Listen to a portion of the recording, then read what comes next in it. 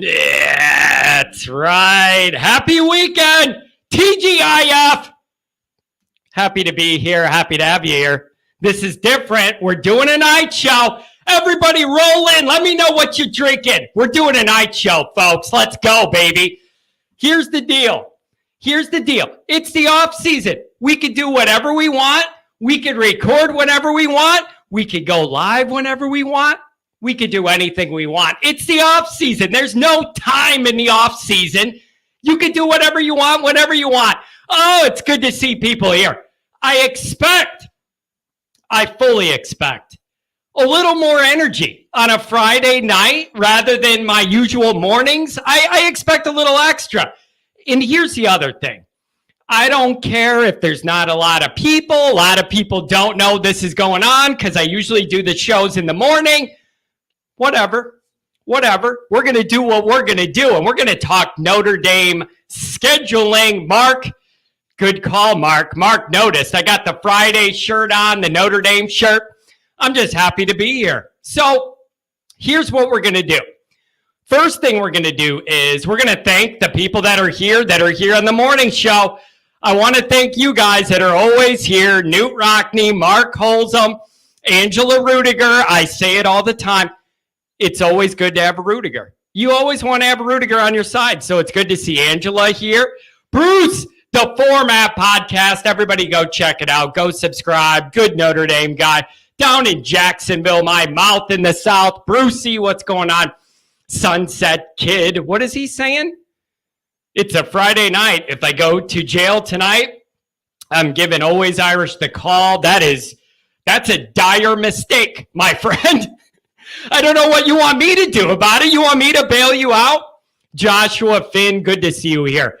The idea with this is really we're going to play around with formats for these call-in shows in the off season. The morning window, I like doing 9 to 11, Monday, Wednesday, Friday. First thing in the morning, you're banging out the content, talking Notre Dame, whatever. I don't know if I'm going to be able to do that all off season. I don't know if there's enough action in the morning and enough people that are available in the morning to do that. So we're going to explore other things. We could do night shows. We could pick a day that works and make that the regular, whatever we want to do. So Sunset Kid, good to see you here. Joshua Finn, John, excited for the show. Happy to see you here. Airy Pro, what's going on tonight? Tony, what you got going on? Happy Friday. What's everybody drinking? 3 Floyd's Zombie Dust. Wow, that's going to turn you into a zombie if you have too many of them. Luke Collins, good evening, John. Good to see you. Joshua Finn, depends. 10-2 to 12-0. Greg, it's good to see you. Greg's a regular caller on the morning show. I believe in Arizona, if I remember the area code correctly. Always calls in with good thoughts. Mark says 9-3. I'm asking about the schedule. Mark says 9-3. Jaded, I want to destroy USC. Who doesn't? All the time. Listen, I say this all the time. I'm going to say it again. I didn't even do my whole introduction yet. We're off track. It's a Friday. Here we go. Here's the deal. It's never okay for Notre Dame to lose to USC. Ever. For any reason. It's just not okay. It's not acceptable for Notre Dame to lose to USC for any reason. Especially egregious to me is what happened year one of the first new coaches. We get clowned by them. It's unacceptable. Notre Dame can't be losing to USC. That's got to end starting mid-October next year. V1, rotate V2. What? Yeah, that's right. It's me at night. What's up, V1, rotate? David Fox. Love the new time slot, John. Always counting down the days until August and appreciate the continued shows in the offseason. Here's the deal with this. Here's the deal. All offseason, you're saying, I can't wait for football. I can't wait to football. I want to get to football. And then the season comes and you blink and it's all over. It's all over. It's amazing like how this is. And then you get into summer, you get into June, and June is the worst. It's just summer. At least when I get to the 4th of July, when I see them fireworks going off on the 4th of July, I know We're about 1 month away and football's cranking up again for summer camp. So 4th of July is always my delineation summer point. But it's a long off season. Man, it's a long off season. Luke Collins, nice cup of coffee. That is very, very respectable. Let's go. Connor says, let's go 12-0. That's tough. That's tough if you're talking about going 12-0. And we're going to get into it. I'm going to get caught up with the chats that occurred before I went live. So then we're all caught up. And then we're going to get into this schedule. I have things to say about almost every game on the schedule. I've come up with something to say. Not all of them, but almost all of them. So we'll get to it. Let's see. Oh, Josh Miller, good to see you here. What do you got? This is perfect. My wife is working tonight. I thought I finally had a night with no yelling, but here we are. That's funny. And it's a different kind of yelling. Football yelling's different than like wife yelling. It's football yelling. Football yelling's always acceptable. Come on, Mark with glasses. It's good to see you here. Mark with glasses. Gee, I got to tell you, it's one thing, Mark, if you love Notre Dame and you're into it and it's a year-round thing for you, Mark. Mark with glasses, you got your glasses, you love Notre Dame, and you're crazy about it. And you're also, for some reason, attracted to my style of delivery. That's one thing for you. You're making a wife do this on a Friday? Oh, buddy, you owe your wife. I don't wish this. You know how many guys I know have said to me, the wife walks in the living room and says, who is this idiot yelling? Who is this idiot yelling? I've heard that a million times. I love you for that, though. Look at this. A.K. Kennedy. Hello, Irish. Always Irish. Hello, my brother. What's going on, buddy? I don't say that like my brother, like friend. That's literally my brother in Florida. Good to see you, eh? Good to see you. Oh, man, you haven't been here for a while, Jaeger. Good to see you. Trying to drink called a Revolver, John. Not bad. Bourbon, coffee, liquor, orange bitters, and flamed orange peels. You're a lot fancier than I am, my friend. You are a lot fancier than I am. I don't have all that going on. And how are you going to come up here with the name William Jaeger and then tell me you're drinking bourbon? Pull out that Jaeger, baby. It's Friday night. Let's do it. Good to see Angela reconnecting with my younger brother. That's a little scary. I don't even want to go down that path. That brings back some old memories here with the Kennedys and the Rudigers. You can't go wrong. Craig, good to see you, Craig. Craig's one of my South Bend contacts. I love him to death. Hey, John, what do you say we do some ghost hunting sometime? Vodka, by the way. I know you're a vodka drinker, Craig. Here's the deal. For some reason, people are interested in my ghost and UFO takes because I've seen ghosts and I've seen UFOs. I'm not crazy. You all, if a lot of you have known me 7 years that I've been doing this program, I am supremely tied to reality in every way. Almost too tied to reality where I can't even enjoy good things once in a while because I'm waiting for reality to bring them down. I've seen ghosts and UFOs. We're going to do a show on that. I have plans for it, okay? I have plans for that. You're going to see it. You're going to see it. Here we go. And everybody's saying hi. Finally, a night show. Excited. I know. I should be doing more night shows. Here we go. Here, I want to let you guys know, if you're new here and you're not on the morning routine I've been doing during the season, Greg, I'm impressed I remembered you're in Arizona. I don't know why, but you stick out to me because you're a great caller. Yeah, with the night shows, it's the off season. I'm trying different things. So if we could get this regular, build the crowd, everybody pour a drink, beautiful. Love it. All right, let's see this. David, tough schedule, but people will say we don't play anyone. The first month's very Michigan-like, though. I agree with you, David, and it's actually wise scheduling by Notre Dame to do it that way. The first month's very Michigan-like. I agree. Have to take care of business and be ready to go week 1 this year. Very, very good thoughts, David, that we're going to get into. So You're right on it. Good job. Uh-oh. Beef eater. Dry January sucks. So thirsty. This might be the wrong show for you. Look at this. Willy Wonka style. Listen, Nick.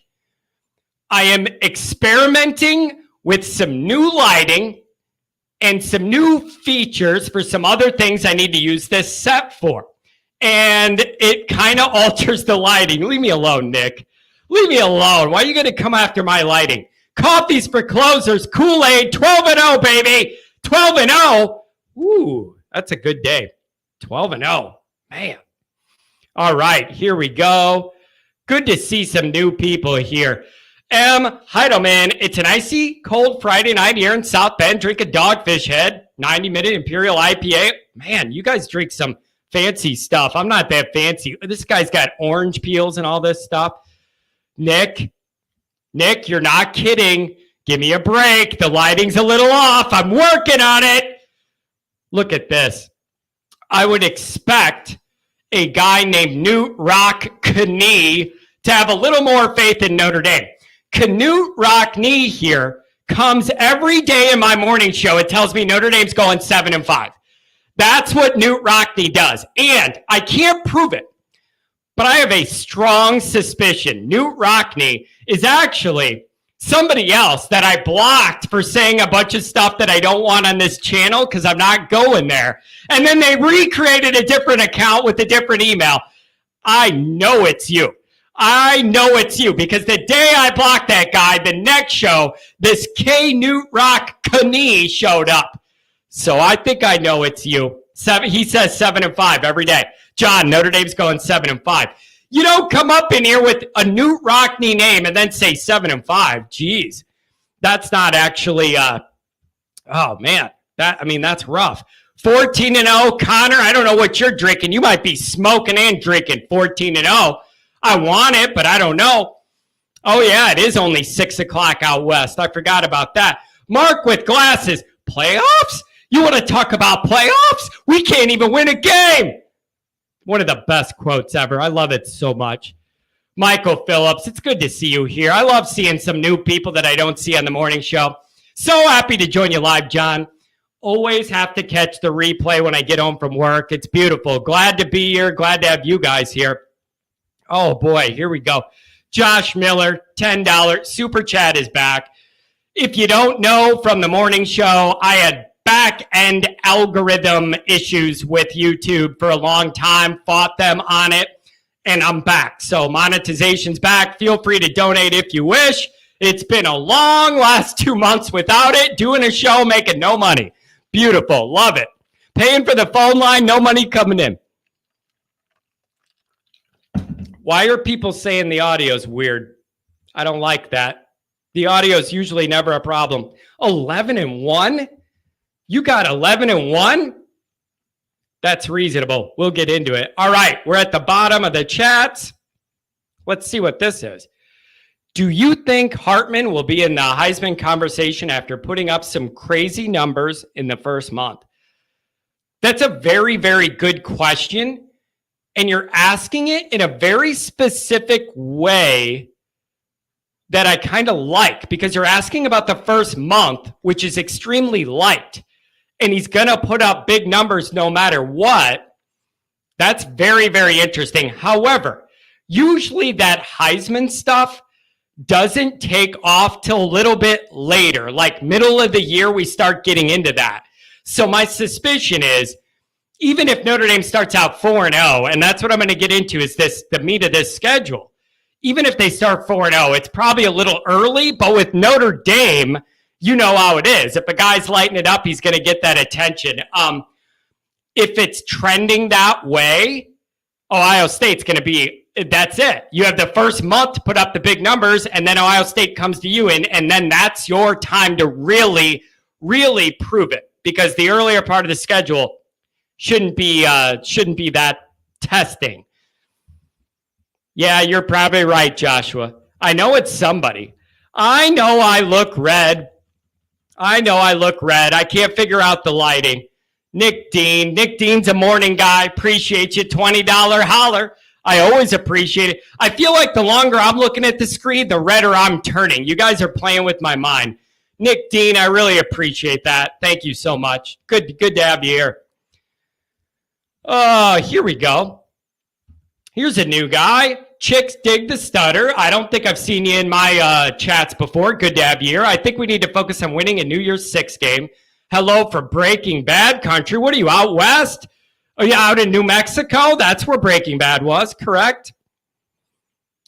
Interesting. I don't even know what he's saying. Newt Rock Knee. Can we get devil horns? A lot of commercials to start the show, brother. That's what happens when you turn monetization back on after it's been off forever. That's what you get. They're trying to make up for lost time, I think. You guys got to realize, I don't have any options. When you turn on monetization, YouTube does whatever they want to do. It's not up to me. You turn it on, and then they run whatever they're going to run. Like, that's just what they do. And it's funny because when the politics was going on and all the election cycle, the last presidential election cycle, everybody got mad at me on the left and on the right because Google, who owns YouTube, was running advertisements for both political parties on my show. And then 50% of the people were mad I allowed one of them to do it. And then on the other side, 50% were mad the other side did it. I can't win. Everybody was mad at me. I said, I don't have these choices. YouTube runs whatever they're going to run. John, where's the merch? It's coming. Drunk. You're not drunk enough yet, drunk. I'm not purple. It's more red. I'm dealing with some new lighting. Give me a break. With the new lighting. Oh, geez. Look at this. Johnny, you're still for the people, brother. I'm always for the people. I'm for the Notre Dame people. We got a call here, 301. I'm going to get to you in a minute. Craig, I appreciate you. Look at that. $20 holler, man. I appreciate you, Craig. I know Craig's routine. Craig showed me his routine. Friday nights, his night, listen to some music, drinks that vodka. I appreciate it very much. Yeah, that's my nickname from now on, Dark Cherry. I'm sorry, you guys. I don't know. I'm trying to. Do you think Reese still has a job? According to what I read, the guy's interviewing for NFL jobs. What do I know what's going on? It looks like he might be. Every week I get another text. He's interviewing for this job. He's interviewing for that job. I don't know if any of it's true. Look at this, Mark. Can I'm assuming Mike Bray coach defense. He knows a lot about not scoring points. That's very good. That's actually very good. Craig, Newt, I'm telling you, Newt, you're going to get banned again, and you're going to have to make up another. Another name, Newt. For the third time, you're going to have to make up another one. You don't go after my guy, Craig. I'm going to have to do it again, and you're going to have to create a third one. Okay, a third account. All right, now we're caught up with the chats. We're going to get into this. Obviously, if you're here, hit subscribe. You're already here. Why not? Give it a thumbs up as well. That helps in the algorithm. Notifications on. You know why. That way you'll be alerted every time a new episode drops. Twitter, search by Always Irish or at Always Irish Inc. Emails, alwaysirishnd@gmail.com. Audio only anywhere you want me. You can give me 312-900-8815. Let me know what you heard and seen. Give me a call. Fighting Irish Wire. Nick Shepkowski's here. He's my boss on Fighting Irish Wire. He's over here making fun of me. And you should still go check it out, though. We have good stuff every day. So we have good things every day. Okay. I'm not going to ignore you because your name's Willie B. Hard again. I'm not going to ignore you because of that. That's actually pretty funny. Dr. John, I don't know where Dr. John is. He's probably traveling. That guy travels all over. For an older guy, that guy's all over the world all the time. Who knows where he is? Oh, Nick, thank you. All right. Thank you for the super chats, you guys. It means the world to me. Now that we are caught up. Let's get into this, okay? So I'm looking at this. Yeah, Kent Jackson. He's in the middle of Ohio somewhere. So here's the deal. We could jump around to anything you want surrounding the program, the offseason. That's what it's for. We could go wherever you want to go. But I think now that this schedule is finalized, there's some spacing in these games that's pretty interesting to me that wasn't there a week ago when that schedule was just sitting and we didn't really know exactly when it was going to be. This is scary. This is absolutely scary. Drunk says, Johnny, you are the Socrates of the ND media space. That is extremely upsetting, although I have been told I'm very cerebral in the way I absorb Notre Dame information and Notre Dame happenings. Like I've said a million times before, this show is not an X's and O's show. There is 10 other Notre Dame YouTube programs that are X's and O's based shows. That is not my strength. That is not even honestly my interest to a large extent. I enjoy talking about how Notre Dame makes us feel. And maybe that's the graduate degree in psychology coming out in me. I want to talk about how this all makes you feel. That just hits me in a way that's a lot deeper than X's and O's. What are we going to do? Whatever. Wasn't Socrates poisoned? Great. Is that what's going to happen to me? Beautiful. Beautiful. So here's the thing. I want to go over some thoughts on this schedule, and then I want to see what you guys all think, okay? Here's the first thing. The first things first, and I got to get this out of the way. The first thing you need to realize is Brian Kelly had it so easy the last few years at Notre Dame. The first couple schedules Marcus Freeman is facing are so much more tougher than Brian Kelly's. It's not even funny. It is a joke to compare. Think about it. That's where this is all starting, all right? First off, think about USC, Brian Kelly's entire tenure. They were in the dumpster. Like, the guy lucked out. He had USC down his entire career, just as an example, as a secondary example. His last year, the toughest game that he had was Cincinnati at home, and he couldn't figure out a way to win it. That was his toughest year. His toughest game that year. I mean, Cincinnati at home couldn't pull it off. Like, just couldn't pull it off. So I think that is something that needs to be talked about. Let's see. Here he is again. Newt Rockney, Brian Kelly, better than Freeman. At what? At what? That's my question. At what? Tell me. At what? Body of work? I get it. The guy's been around 46 years. He's been around. He's been coaching 45 years. So, yeah, Brian Kelly's better at what? Knowing what's going on because he's been around forever. Good job. Big deal. Absolutely not, Newt. And the other thing, I would know about that before anybody else if it was happening. So I don't know why you're saying that. I would be in the mix and I would know about that because I know them personally. So that's not reality. You are out of your mind as usual.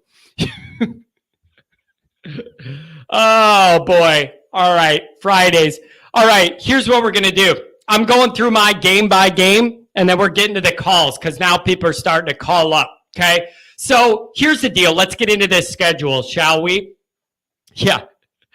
Tony says he's better at dancing with 17-year-old guys. That's what Kelly's better at. Yeah, and you know what else? The guy he grinded on isn't even in the program anymore. The guy he grinded on was that quarterback who just left. So where did that get him? I don't see nothing wrong with the little bump and grind. Obviously, that guy did because he doesn't want to be with Kelly anymore, okay? So let's get into this schedule, and then I want some of your thoughts. Number one, Navy and Dublin. This is good and bad, all right? This is good and bad. On the good part of Navy week one in Dublin, get it the hell out of the way. Get this stupid Navy game out of the way. All right?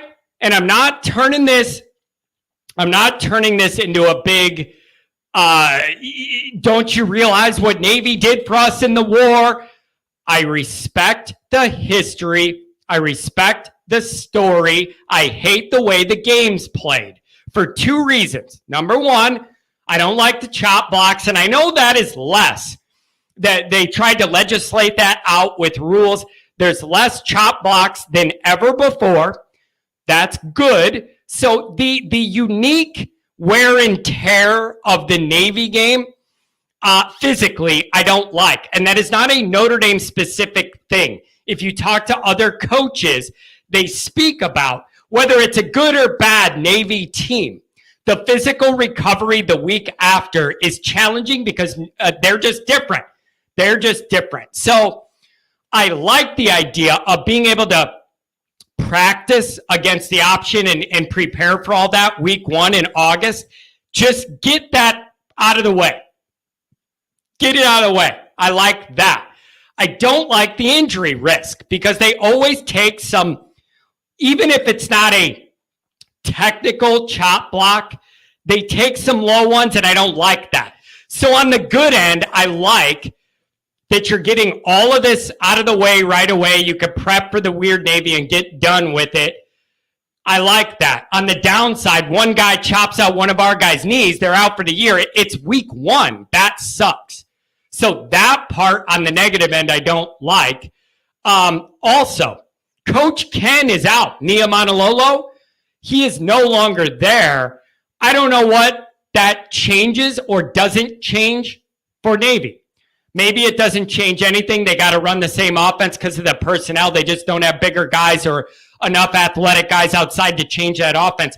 Maybe it doesn't change at all.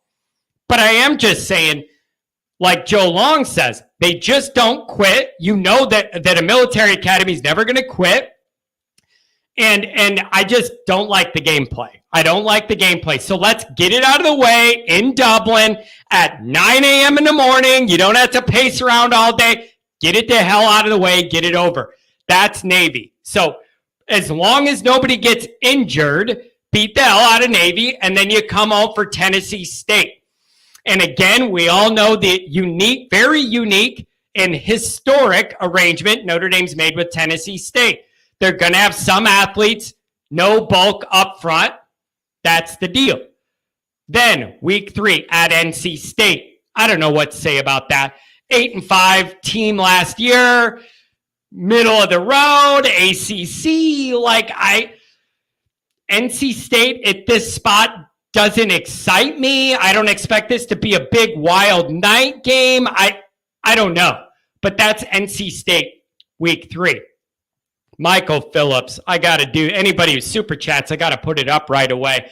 1999, thank you, Michael. Former ND game usher for 6 years during the Holtz years, now in Cincinnati. Telling you, Cincinnati, Kelly couldn't handle Cincinnati. Too much to handle. So Drunk Vigo saying NC State's a dangerous game. If you're looking at the first month, the first 4 games, then you would obviously have to say NC State would be the biggest test of the 4. I agree with that. So you have that little NC State trip, and then you come home, Central Michigan. And it's right when you guys said that's like the Michigan schedule. Central Michigan ends up on there, whatever. All right, here's the deal. That's your first month. You got to be 4-0. You got to be 4-0. There's no other option. There's no other way. You got to be 4-0 after this month. You absolutely have to, especially after last year and what the whole season was over week 2. You got to make up for that. 4-0 is an absolute must to build up the excitement, build up your ranking, and then you have Ohio State on 9/23, and we all know what that's going to look like and what that's going to be. Okay? You all know what that's going to look like and what's on the line. Now, the good news is it's at home, and they will be the one with the new quarterback. So you have that advantage. Also, it is not week 1. So if Notre Dame's line takes 3 weeks to ease into it like last year, that should hopefully give you enough flexibility. You could win these games, iron that out, and then be ready to go for Ohio State. It's kind of frustrating to me. Last year, it took a few weeks for the offensive line to get going, and then they ended up pretty good at the end of the year. There are no warm-up games. There's no preseason games in college football. Come ready or don't come at all. All right? So then you have Ohio State. Here's where I think it's interesting. This gets, Tony, you're right. I'm going to get to that in a second. You cannot have a Marshall-type game. We're going to get to that. You bring up a very good point. Week 6 at Duke. That's very interesting to me. It's super interesting to me. This is the trappiest trap game of all time. It genuinely is. Here's what you got. Our old coach, who we all respect, Mike Elko, who, by the way, nicest guy in the world and a perfect fit for Duke. Mike Elko is so Dukey. It is just a perfect match. So I love seeing Mike Elko have success. I love that he's a head coach. They're trending up big time. And it's a trappy game coming off Ohio State. And I say that whether Notre Dame wins or loses against Ohio State, there is going to be an emotional drag the next year. Okay? There is going to, or the next game, the next week. There is going to be one. Whether we win or lose. If you lose, everybody's depressed. And if you win, everybody's elated. That's dangerous. And you know that game's going to be physical. You know that game's going to be emotional. You know that game's going to be the night game of the week. All of that stuff. All of that stuff. So Duke is a little trippy. All right? It's a little trippy and a little trappy, and I don't know if I like it. I respect Mike Elko. They're trending up. I am just worried about sleepwalking, and you're kind of dragging ass into that game after whatever happens to Ohio State, good or bad. So I have that circled as just looking at.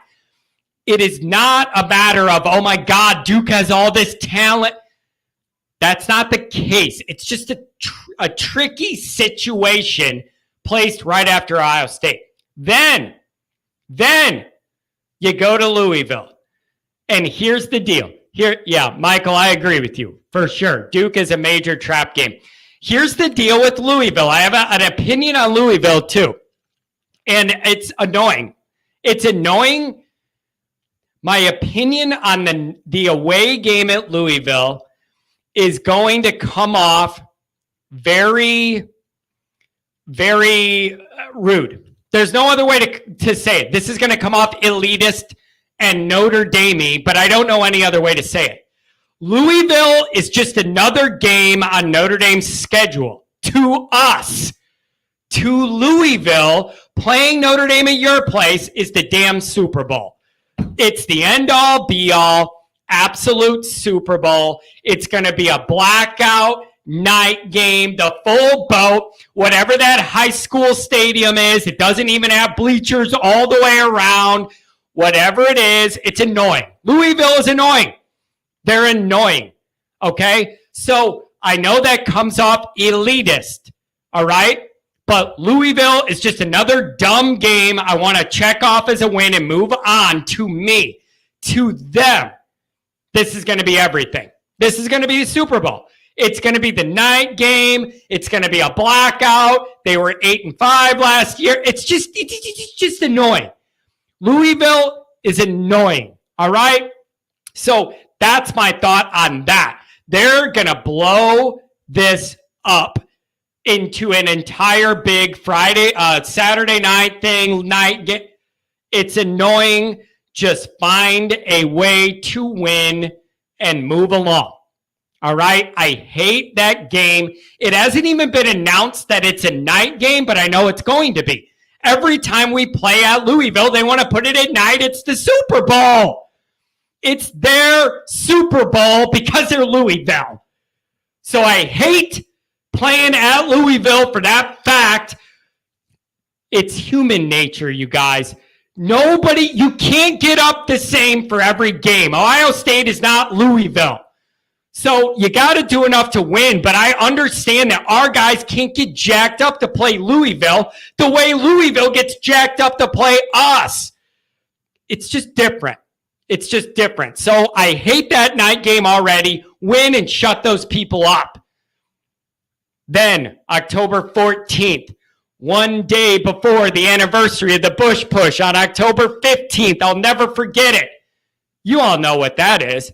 You got to win. Marcus cannot start out 0-2 against USC.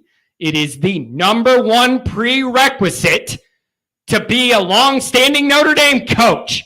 You can't lose to USC. You definitely can't do it 2 years in a row. And I don't care if the quarterback's back or not.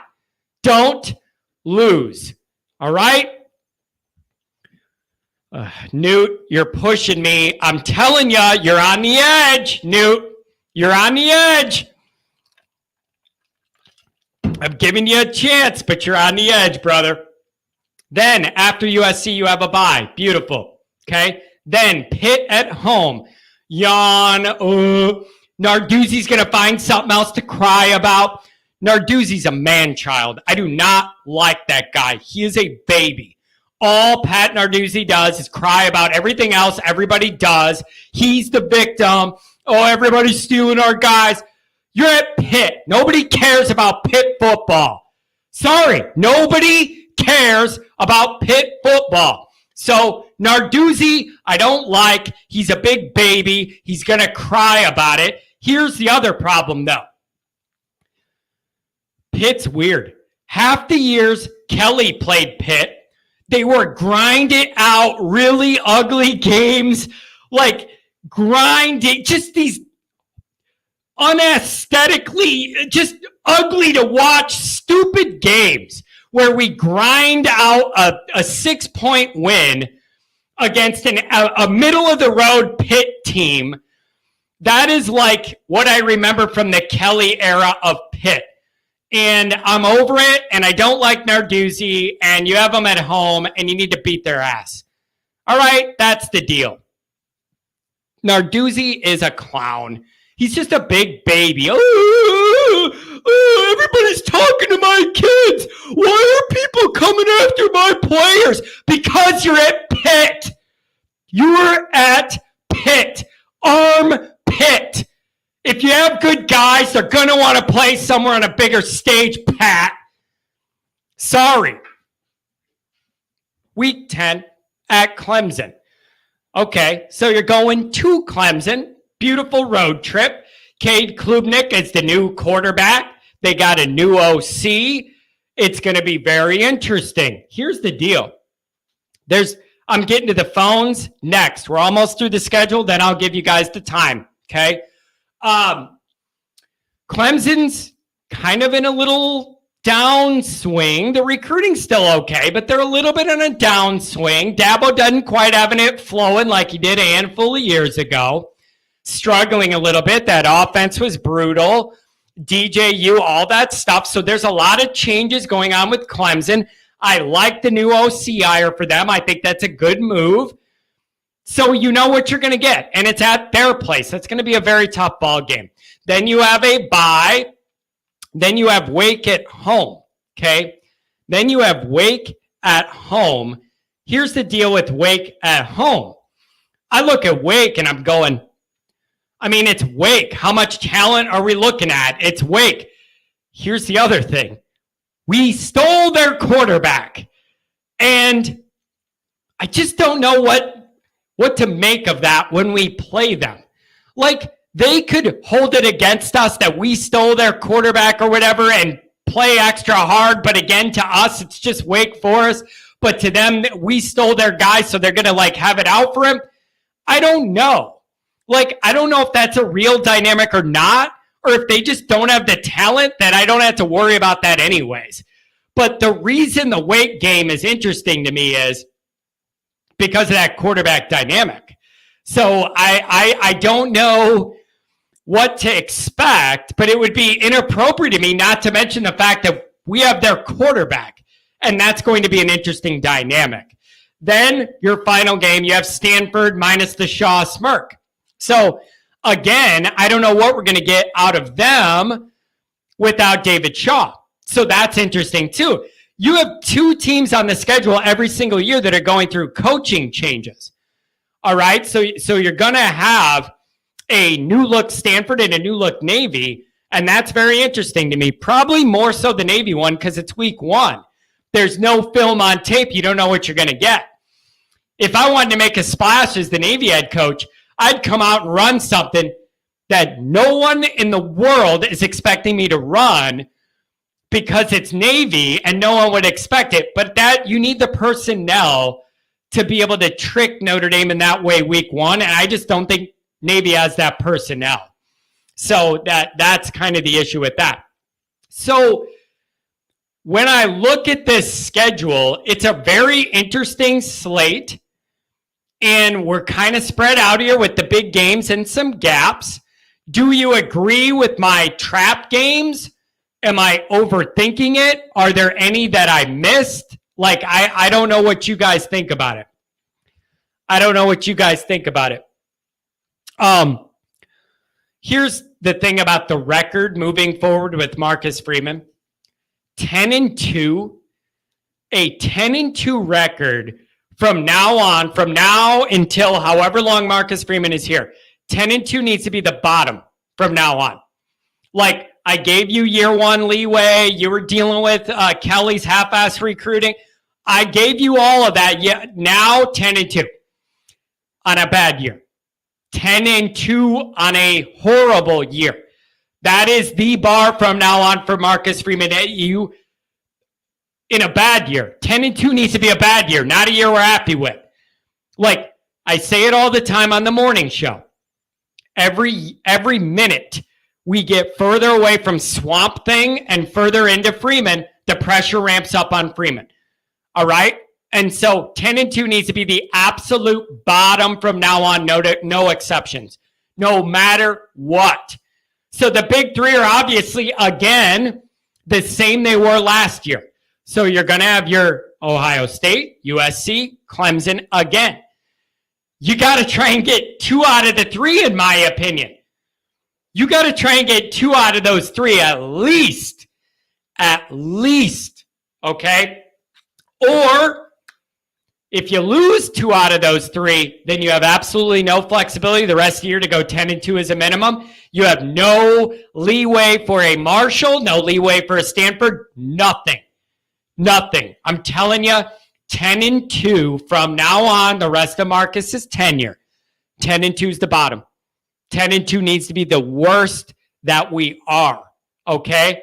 And that's just based on the talent. Notre Dame has enough talent. They should win at least 10 of those games, if not more. Okay? Oh, boy. And here's the other thing with that. All right, phone calls next. You're coming up. Going to give you guys some time. There's a bunch of callers, so get to the point. Here's the other thing. Notre Dame they're flipping over the roster, right? And the recruiting, transfer portal, Marcus is trying to make up ground in recruiting, so they're trying to flip that roster. It's going to take a little bit of time, all right? So if that takes a couple years to get their roster flipped and get the talent in there that we want, that lines up with the new college football playoff in a couple years. And I kind of like that dynamic. I think that dynamic actually is pretty exciting to me because you would be rounding into form with a full Marcus Freeman roster right when all this changes and is all new and exciting to everybody. So that could line up great. Okay, that could line up great, and I'd love to know what you guys think. All right? So here we go. 2 years of 80% blue chip rate, 83 this year, looking at hopefully that rate or higher for 24. It is still my opinion. I've been asked this a lot, even just by friends, not even like people that know me from Twitter, this show. I believe, man, here's what I think. I think Notre Dame is 2 to 3 years away from having this roster where they need to be to survive a gauntlet in the postseason. That is my belief, and I know nobody wants to hear it. Nobody wants to hear it. I'm looking at that roster, and I'm looking at around the country. I think they are 2 years on the short end, 3 years on the long end away from getting the depth where I need it to be for me to feel like Notre Dame can make a real run in the playoff. I honestly think we're 2 years away from that on the roster still, okay? That's just my opinion. I have a high bar. I need more depth. The defensive line, I know they're recruiting it hard. We need some bulk there fast. Like, I still think we're 2 years away. I still think we're 2 years away. Khalid says, John, how bad does Kelly get smoked by Bama next year? I don't know, because it didn't happen this year. Didn't happen this year. Joe Long, with NIL and transfer portal, you can't really know what's in store. It's true. It's true. Okay. We are going to go to the phone lines.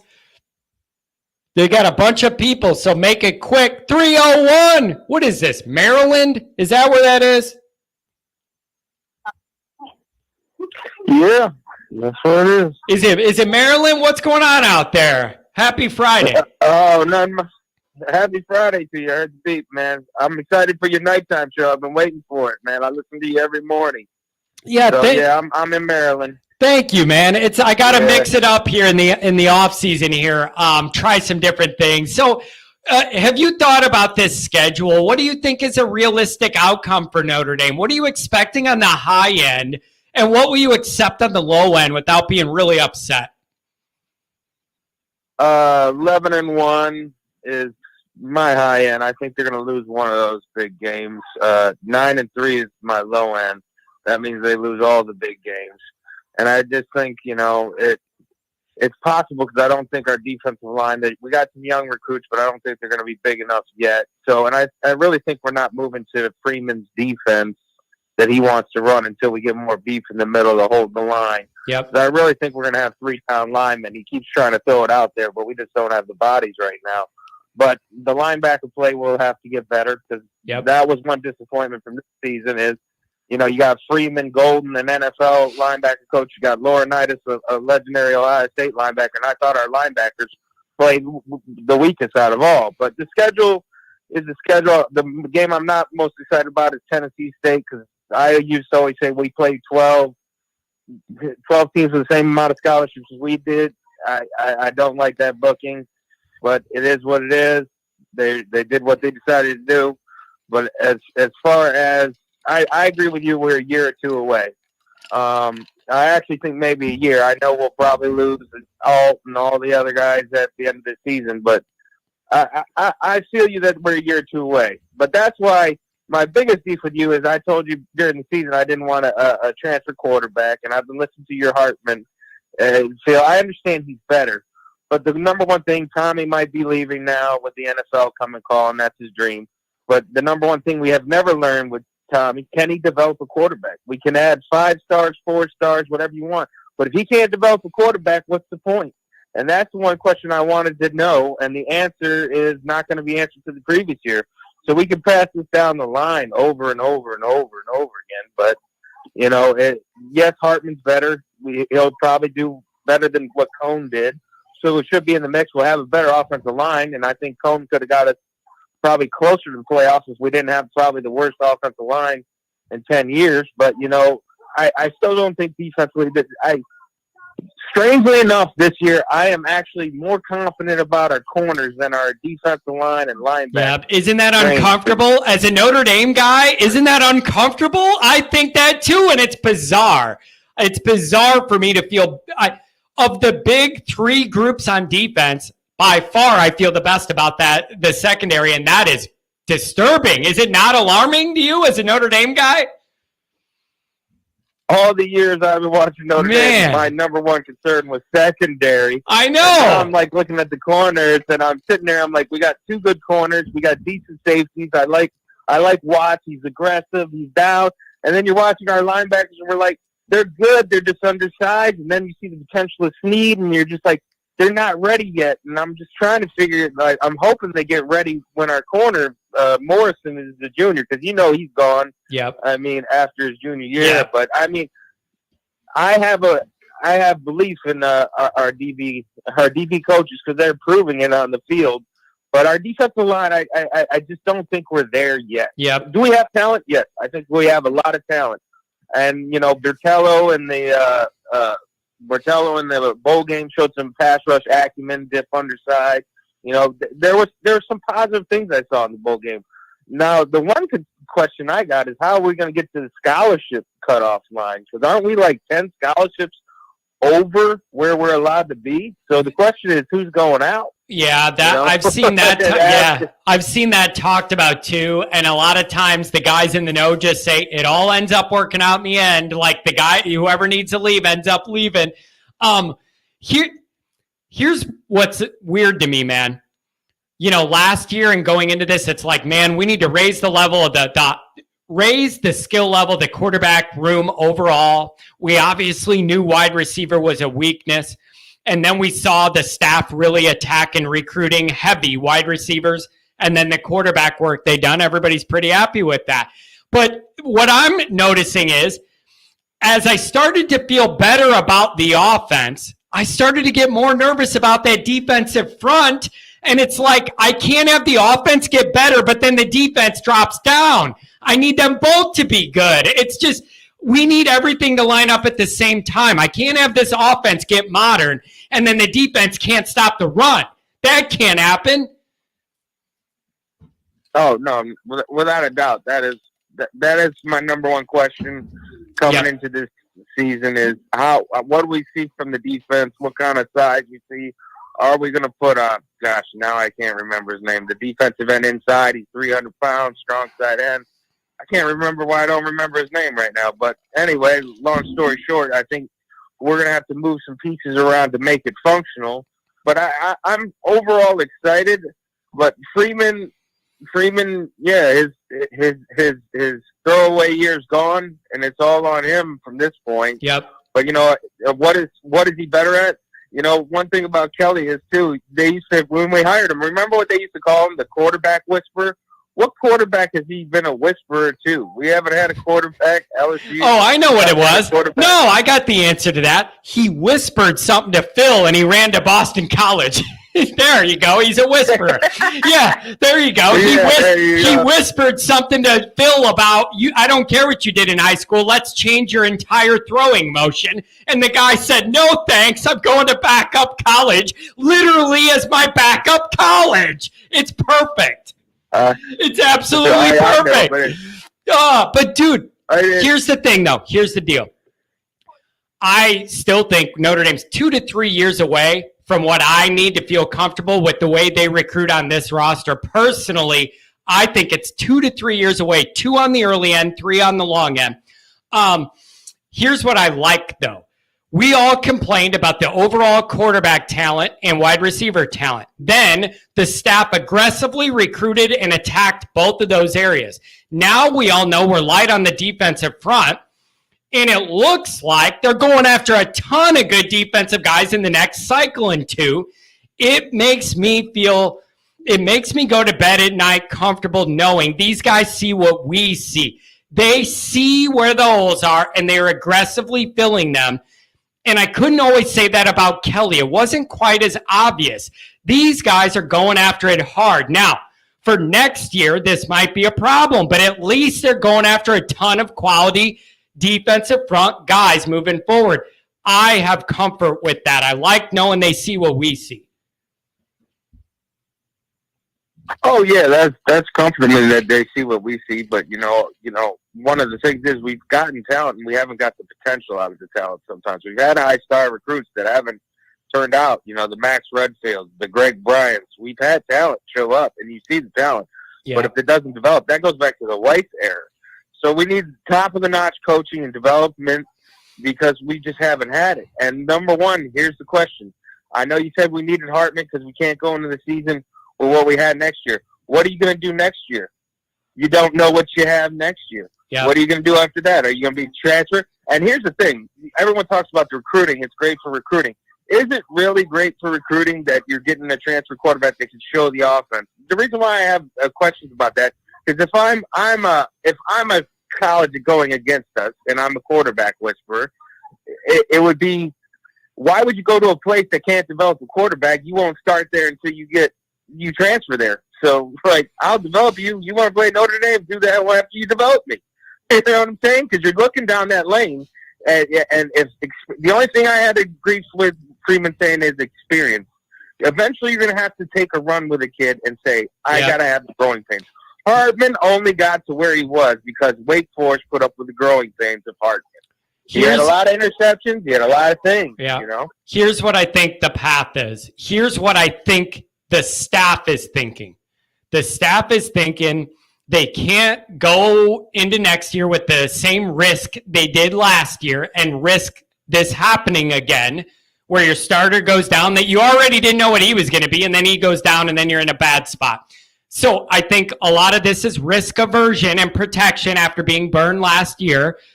People can agree that that makes sense or not, but that's why they're doing it, is to not have that risk be exposed to that.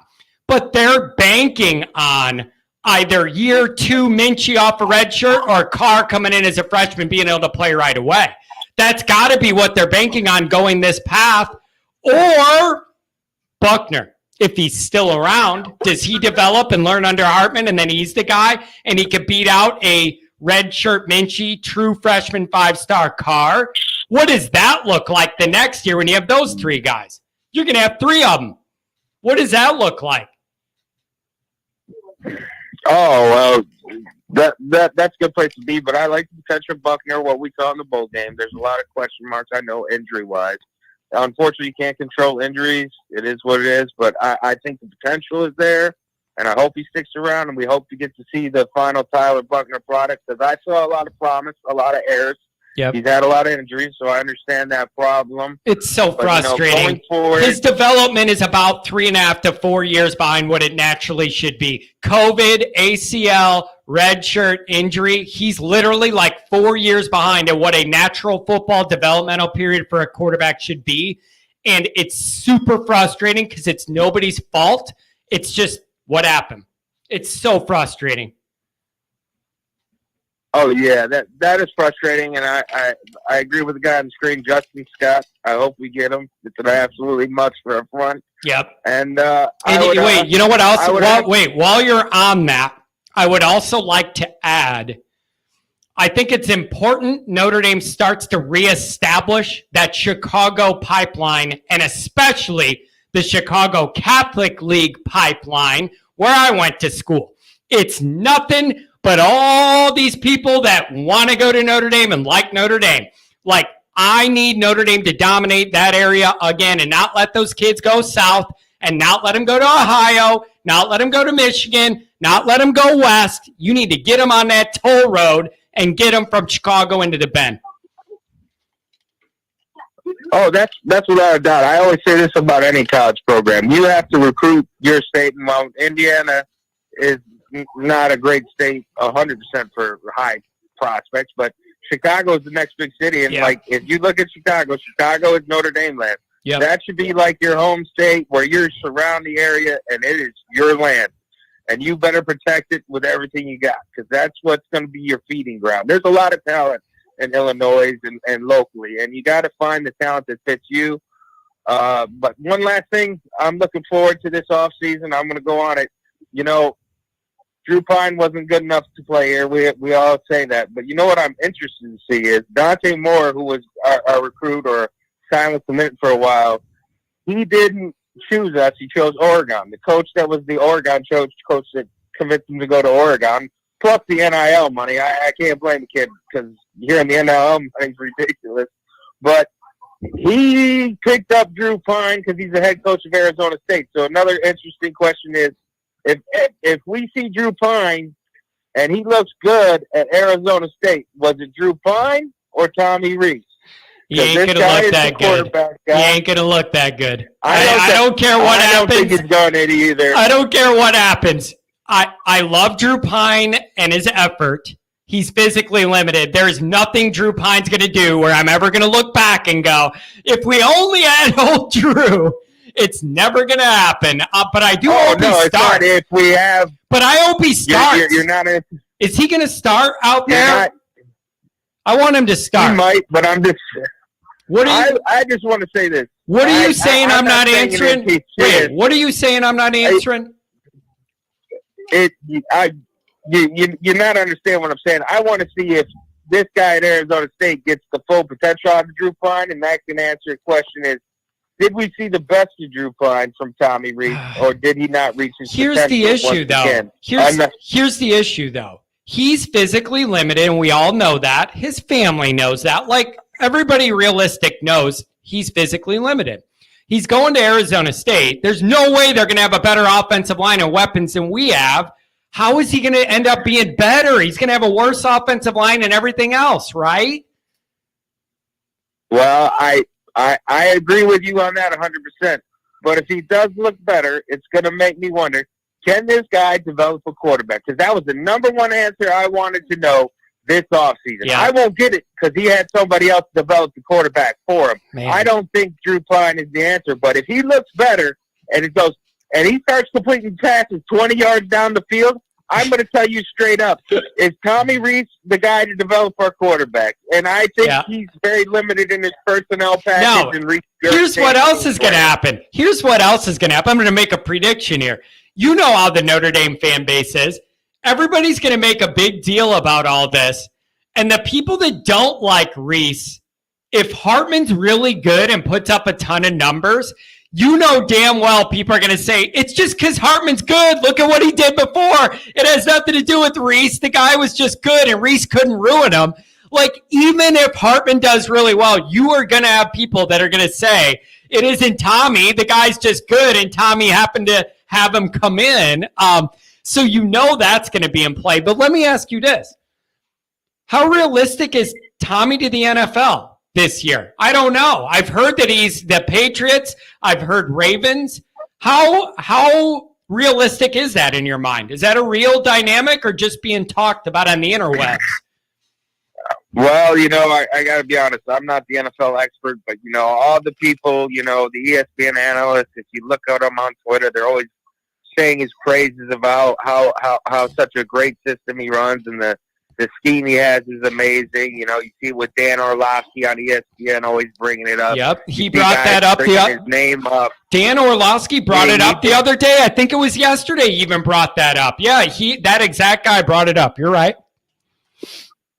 I mean, if he couldn't run out of the end zone, he might have been good in real. But anyway, Dan Orlovsky is he brings it up. I see the potential good. I mean, he runs a lot of dual. He runs a lot of pro schemes. The question mark to me is still, even in college, is he going to develop a quarterback? That's the number one answer we need to know. Yep. Ian Book regrets with him. Yep. Everything has not been good in the quarterback room. Yep. You know what, Mike? Listen, you know what my biggest problem is? My biggest problem through the Kelly era, other than his lack of recruiting as hard as you need to make it work at Notre Dame, all those quarterbacks got worse the longer they were in the program. And that is a big red flag. I mean, every one of them guys got worse the longer they played for Kelly. Whether it's Golson, whether it's Wimbush, whether it's Book, all of their numbers went down the longer they played for Kelly. Why? That's messed up. That is a red flag, and I hate it. Yeah, that was a major red flag. They got worse. How do you get worse? The longer you play, you should get better. These guys regressed under him. They got worse, not better. That is the opposite of all of your goals. 100% opposite of all your goals. But, we saw regression. It even goes back to Kaiser. When he had Kaiser and Malik Zaire, I thought they both were two good quarterbacks. They made one mistake. He told them. They left. Kaiser left early. He shouldn't have left. He should have been back. But he didn't want to stay under Kelly. Yeah. And he had the best arm we've had in a while. But man, that guy threw a great deep ball, didn't he? He got a lot of air under that deep ball. I miss his deep balls. That sounds inappropriate, but I miss his deep balls. I really do. I miss those for Notre Dame. I miss those. I'm just saying. No, I miss him. I guess that's why I got so excited in the bowl game when Lindsey finally got his post after being all open all season long. I jumped in it, but you had morning shows. I'm like, I can't wait to talk to John. We completed a 20.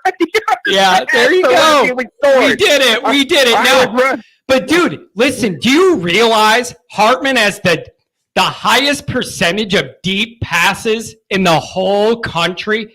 He has the highest percentage of passes past 25 yards, I think, attempts of anybody in the country. That is not Notre Dame's style. I am very interested to see how Notre Dame tries to blend the brand of physicality and run game we want to play with his ability to throw it around. I'm genuinely interested. Oh, I'm generally interested with that, but I said it to you at Ohio State and early in the season. The box is loaded. The safeties are up right behind the linebackers. If you can complete that pass down the field, it opens everything up because you can't do both. And that's what we've been talking about all season. So I see the potential in Hartman. The reason why I was not pro Hartman, I think we do more for Hartman than Hartman does for us in the long run. Yeah, I get that. Feeling. Yeah, I get that. And, you know, yeah, I get that. And then to boot, I got to say, people are talking Heisman. That's not a trophy I care about. There's only one trophy with Notre Dame I want to see him host. I could care about the Heisman. The Heisman doesn't win anything. When's the last national champion Heisman? Joe Burrow? By the way, he was a transfer that Ohio State let go for another transfer. The transfer quarterback thing hasn't led to championships except for one in my mind, Joe Burrow. And Ohio State let him go for Justin Fields, and they didn't get the chip, did they? So, you know, moral of the story is I think we do more for Hartman than Hartman does for us in the long run. But I am really interested in the potential, and I'm excited. The scholarship issue, I'm interested in seeing. I know we're going to be losing guys because they wouldn't keep you adding guys. Man, but here's what I keep saying. Here's what I say. When I get those messages all the time, John, I'm looking at the scholarship numbers. We're over the limit. Who's going to go? Here's what I always say, and it's rude, but it's a fact. Anybody they're going to drop off the bottom of it, you're not going to miss in a year or two anyways. And I mean that. You're not going to lose a guy that's producing on the field because we're over scholarship. So anybody you're going to lose, I really don't think it's going to be anybody that's like going to make us have a bad team. Like they're not taking a starter scholarship to make up this ground. So I think that'll work out. All right, man, I want to get some other people on. Give me your score prediction. What's your final score prediction? Give it to me. Or record. Record, I mean. Yeah. Yeah, record. I think we're going to be I actually think we can beat 11-1. I really think we can beat Ohio State. I really think we can beat Clemson, and we can beat USC. I actually can go 12-0 because I have too much faith, and I can't say we're going to lose. Wow, man, that's a tough schedule to go 12-0 when you look at three teams that have been perpetually in the top five the last handful of years. Like that's what I look at. You got three teams that are perpetual top five teams the last handful of years. That's tough, man. 12-0 in year two. 12-0 in year two would take this whole operation up 1,000 notches. And recruiting, if you went 12-0, woo! Go Irish, be blessed, everyone. But I just can't say we're going to lose because as much as I can, it drives me nuts. You know what? I respect that. I respect that. And let me tell you this, man. Really good call. Very well thought out. Very well spoken. Call me anytime. Great call. Thank you. Yeah. Be blessed, brother. Bye. Have a good one. That's a good call. I hate to say it, man. That's a good call. I don't hate to say it. I actually love to say it. That's a wonderful, well thought out call. 859, you're on the line. What's going on today? How you doing, John? I'm doing very well. What's going on, man? I went over this schedule. I want to know what you think. Do you agree with my assessment of where these trap games are? Yeah. What do you think? Give me it. Well, I'm really glad you finally have come on board about the USC. You have to beat them going into it. Because if you don't win, he can't start 0-2. No. You can never. No Notre Dame coach can ever lose to USC. and it's personal. You and I know, you and I text about this. It is just, it's about ways of life and us showing that LA Hollywood lifestyle bullshit isn't going to fly. It's a way of life, and I don't respect theirs and the Fairweather fans and everything else out there. It's all fake. It's all fake Hollywood, and I hate it. Now, I'm not pushing back. Excuse me. I got some debates, or not debates, but things to point out to you why Notre Dame let this quarterback up. I think it was a smart move to bring in the transfer. I'm not going to argue about that. I know he all shows on that because I listen to him. But I think there's a couple other points you got to think at. Notre Dame wants to have the most wins. You know why? They're in a negotiating deal with NBC. They want to be at the high power. I think the ultimate goal is to win a title. I didn't think when I walked out in '88 that would be our last title. We can argue about a couple of years we should have gotten one. But it's now a hell of a lot tougher. You got transfer portal. You got to win more games. So they're stacking this. The best development for it into year 3 would have been let Buckner develop because he's going to be one and gone. Because you're going to also, they have the thing, if he's got more NIL deals, is he going to divide the locker room? And I hope he does well. I hope to God he goes 12-0 because I live every loss more than you ever know and wins the Heisman. That would be the dream. Yeah. But I'm a realist. Yeah. If you're building for the program, look what Holtz did. Rice struggled with a couple games. I understand it's a wholly, completely different world. I get that. But the year it's a mystical. And it's not lost on me. I'm a very devout Catholic that you win every third year if a great coach, if you get it. So let him get to year 3. Here's the problem, though. What did our AD do? By year 3, we could have the best record where the schedule lightens up a little bit. Well, we now have to win 2 extra fucking games. I was going to say, welcome to being 5th ranked, right? Number 1 in the polls, number 5 ranked, right? Like, yeah. But so here's the thing, man. The goal with Notre Dame, go ahead. There's a goal ultimately with Notre Dame about winning a title. Maybe they're lightening up a little bit, but you know as well as I do. You know how that school's driven. It's about the bottom line. And the goal is and the other thing is there is nothing else to win. There is no division to win. There is no lame conference to win. There is nothing else to win except it all. And my buddy, the one thing you do often shows I look for, I miss you when you're in, but you've got the one point that my dad had for me when he graduated in 1942 was if this school didn't have football, and I'll talk about that in a second, the schools we got to play this year. Yep. We would be smarter than St. Xavier College in Ohio if we didn't have football. And look what my radius is. Where I live in Kentucky, I'm 2 hours from Ohio State, and I'm 2 hours from that freaking bird in Louisville. If we lose to Louisville, remember when we lost to them when Weiss, or not Weiss, but Kelly had no clue? Yep. I mean, my God, what a clue. No, we can't. I think Freeman's going to get it. I'm going to be 56 years old.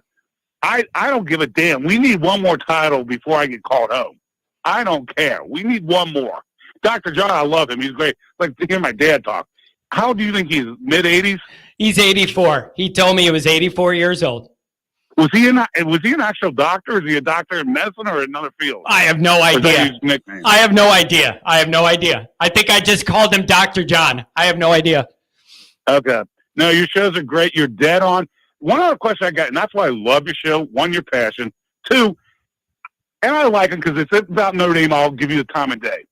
And there's a show I listen to. I won't give out its name. But they think you probably can fill in the dots. They're pretty popular. But he says one played in Division III and he coached a little bit. Please tell me Notre Dame's not that stupid because I'm not an X and O's guy. I never played football. I know sports. And the time management of not the X's and O's, especially football. But if you're not so good and that critical and you watch film and break it down and you put on these faults that, well, if you're that good, why the hell are you doing it for a living? Am I totally nuts on that? Yeah.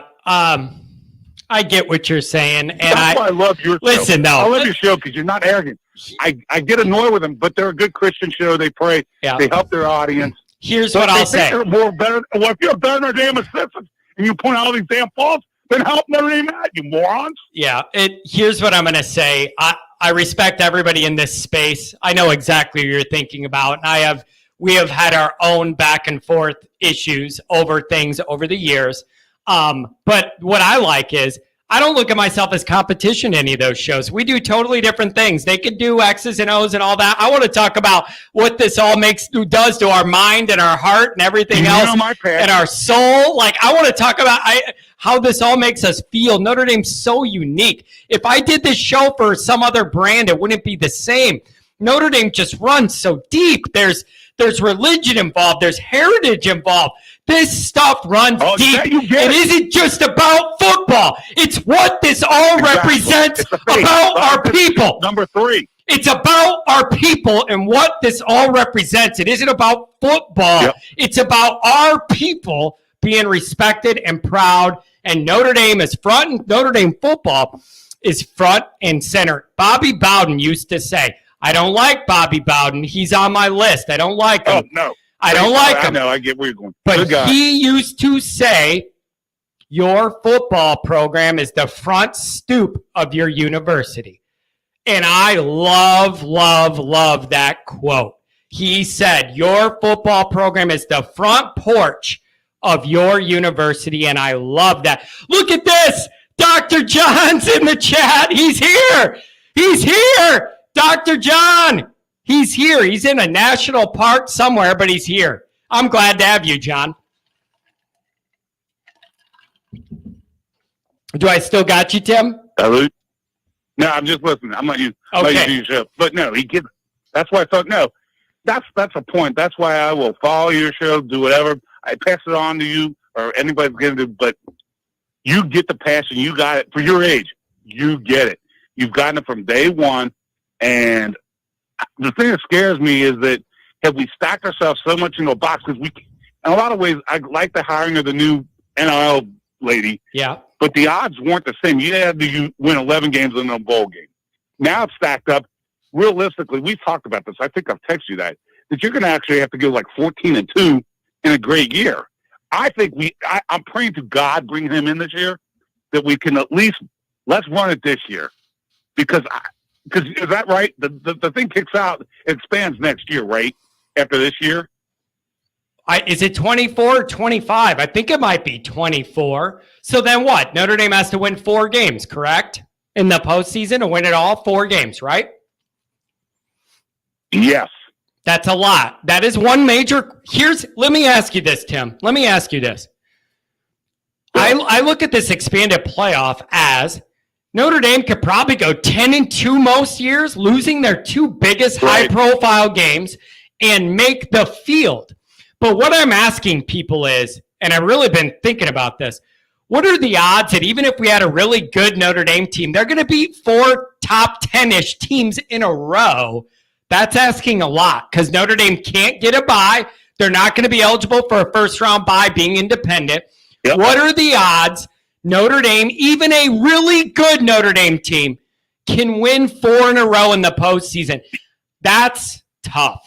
Easier to get in. Notre Dame's going to have more rolls of the dice. But once you're in, that is a war of attrition to win 4 games against top 12 teams in a row. You're asking for a lot. And why do you think it goes back to my original comment that Notre Dame did this for the money? Warbuck knew he commissioned the deal. Okay, why did Notre Dame win? They won because we can get to 10-2. Now, the other thing I would say, if the ACC doesn't start playing a little bit better ball with us, but we sold our souls out for that, and I don't quite get on that because in modern sports, I'm sorry, and I know and you got Jen Reckley, and God love him. You know, I'm glad Bray stepped down. You did it with class, shows he's a good man. Yep. But this comes down to they cared about the money. They wanted that extra home game. They're making up the money from COVID. This has nothing to do. You got to realize, John, you know that. You're smart. You're younger than I am. It's not the old days like I grew up when I graduated. My dad in 42. It was without winning the title, without beating USC. This is the bottom line money. And, all right, how can we maximize our bottom line? Well, let's be everybody happy. Let's go freaking 10-2. You hope to God you beat USC, and I hope that doesn't start a trend because God can call me home then because I don't give a damn if we keep losing that damn horse. God, but I just tell you. That's the bottom line. Dude, I'm telling you. It's a business proposition. I really love how personal you take all of this because it makes me not feel bad that I'm the same way. But the fact, just the way. You're a psychiatrist. My friends have joked, if they analyze my past with Notre Dame football, a psychiatrist could do a chapter on me. I'm telling you, man. I You don't can even analyze all you want. You can analyze me all you want. Yeah, I had friends when we had the fat man coaching. I would leave voice messages to give me psychological, where I would skull fuck him and cuss him out and just go boom. I said, record it. You could sell him. This is where I go back. What are we going? Charlie Fat Man was 15 years ago. Yeah. Oh yeah, my 3 nicknames were the Fat Man, Daffy Duck, and we'll go because he was Black Jesus. Hey, let me give you this. No. Let me watch this. I'm going to blow your mind. You want to know the number one thing that would send Notre Dame fans off the rails? I'm going to tell you the number one thing. Listen to this. I've thought of this. What if Tommy Rees decides, I'm an NFL guy. My dad was an NFL guy. That's my dream. He goes to the NFL. And then we sit here and I do these shows and we talk about where does Notre Dame go now that Rees is out of the shadow of the dome and all that. Let him go live his life without being under the Notre Dame umbrella. Good for him. Go. You know what they should do? Go ahead and hire Charlie Weiss Jr., the Ole Miss offensive coordinator, who's Charlie's son. How do you want him back? Charlie Weiss Jr., baby. No, God, no. Think of what would happen. Back against Notre Dame. His dad hates Notre Dame. Fuck him. No. He spit Notre Dame. No. His kid didn't do Notre Dame. No. It's hilarious. No, it'd be the most Notre Dame thing ever. It'd be the most Notre Dame thing ever. It's like, we got Rees out of here. We need fresh eyes. And they bring back Charlie Weiss Jr., that little fat kid who was walking around following his dad on the sidelines. Bring him back. Bring him back. Had a heart attack and died. Here's the other problem. You know what else was wrong with Notre Dame? What? They don't care if they win football games anymore. Oh, yeah, that's a problem. Yeah, they have bright kids. Yeah, that's definitely a problem. Kids. That's definitely a problem. The academics, because they go after smart students and blah, blah, blah. Yeah. They lose their mind. Hey, I tell you all the time, and I say on this show all the time, and we already covered it. If it wasn't for the success of this football program, this university would be a junior college by a lake in the middle of nowhere. It's all due to all those degrees, your law degree and all the stuff that all these people do. It wouldn't mean what it means without football success on an elite scale. And Notre Dame has an obligation to keep that going at all costs. Not all, but most costs. Most costs. Did you know about these recruiting weekends for undergraduates to take them away from the Ivy Leagues? You know my dad's class he was called? A bunch of arrogant SOBs from the Ivy League. Because my dad served in the Navy. The Ivy League here's the other thing. Notre Dame's gotten away from its core values. The core values of what Notre Dame was. What are the 3 things you got out of Notre Dame? Religion, education, and sports. They don't want that. In today's world, to be woke, you can't have that. Well, for God's sakes, how about we get back to basics? Maybe we win again. Yeah, here's the thing, man. Let me ask this. I'm going to turn this on you a little bit. Does it feel to you like the Notre Dame administration is a little bit more willing to work with Marcus Freeman on some things he thinks he needs and wants than they were towards the end of Swamp Thing's career at Notre Dame? Do you agree with? Is that a perceptual thing that I am? 100% agree, and I love Freeman. Am I projecting that? I love his work ethic. But what I'm asking is, I love his work ethic. Am I projecting that for the right reason? Am I projecting that because I want it to be, or are you actually noticing and feeling like they're a little bit more willing to work with him than they were Kelly on getting some things done to keep the program competitive? I think that's going on. I have heard that's going on. Do you think that? Agree. But here's why I like Freeman. He told me how much he cared about the program. When he got his big day and he could have taken his family out to dinner, and when he got announced at his press conference, what is he doing? He's out recruiting. He cares about Notre Dame. Now, hey, you know what else? Wait. What were you talking? Wait, what did you just say? He went out recruiting after what? When he had remember his opening press conference? He could have taken his family out for a gorgeous dinner. I just got a big job, and I'm I got that beat. I got that beat. Check this out. If you remember this, after the Clemson win, Marcus Freeman, they asked him, what'd you do to celebrate the win? He went home, had dinner with his family, and came back to the football office at 2 a.m. and watched film. He didn't even I don't know that. Yes. Do you know? That's a hell of a late dinner for a guy.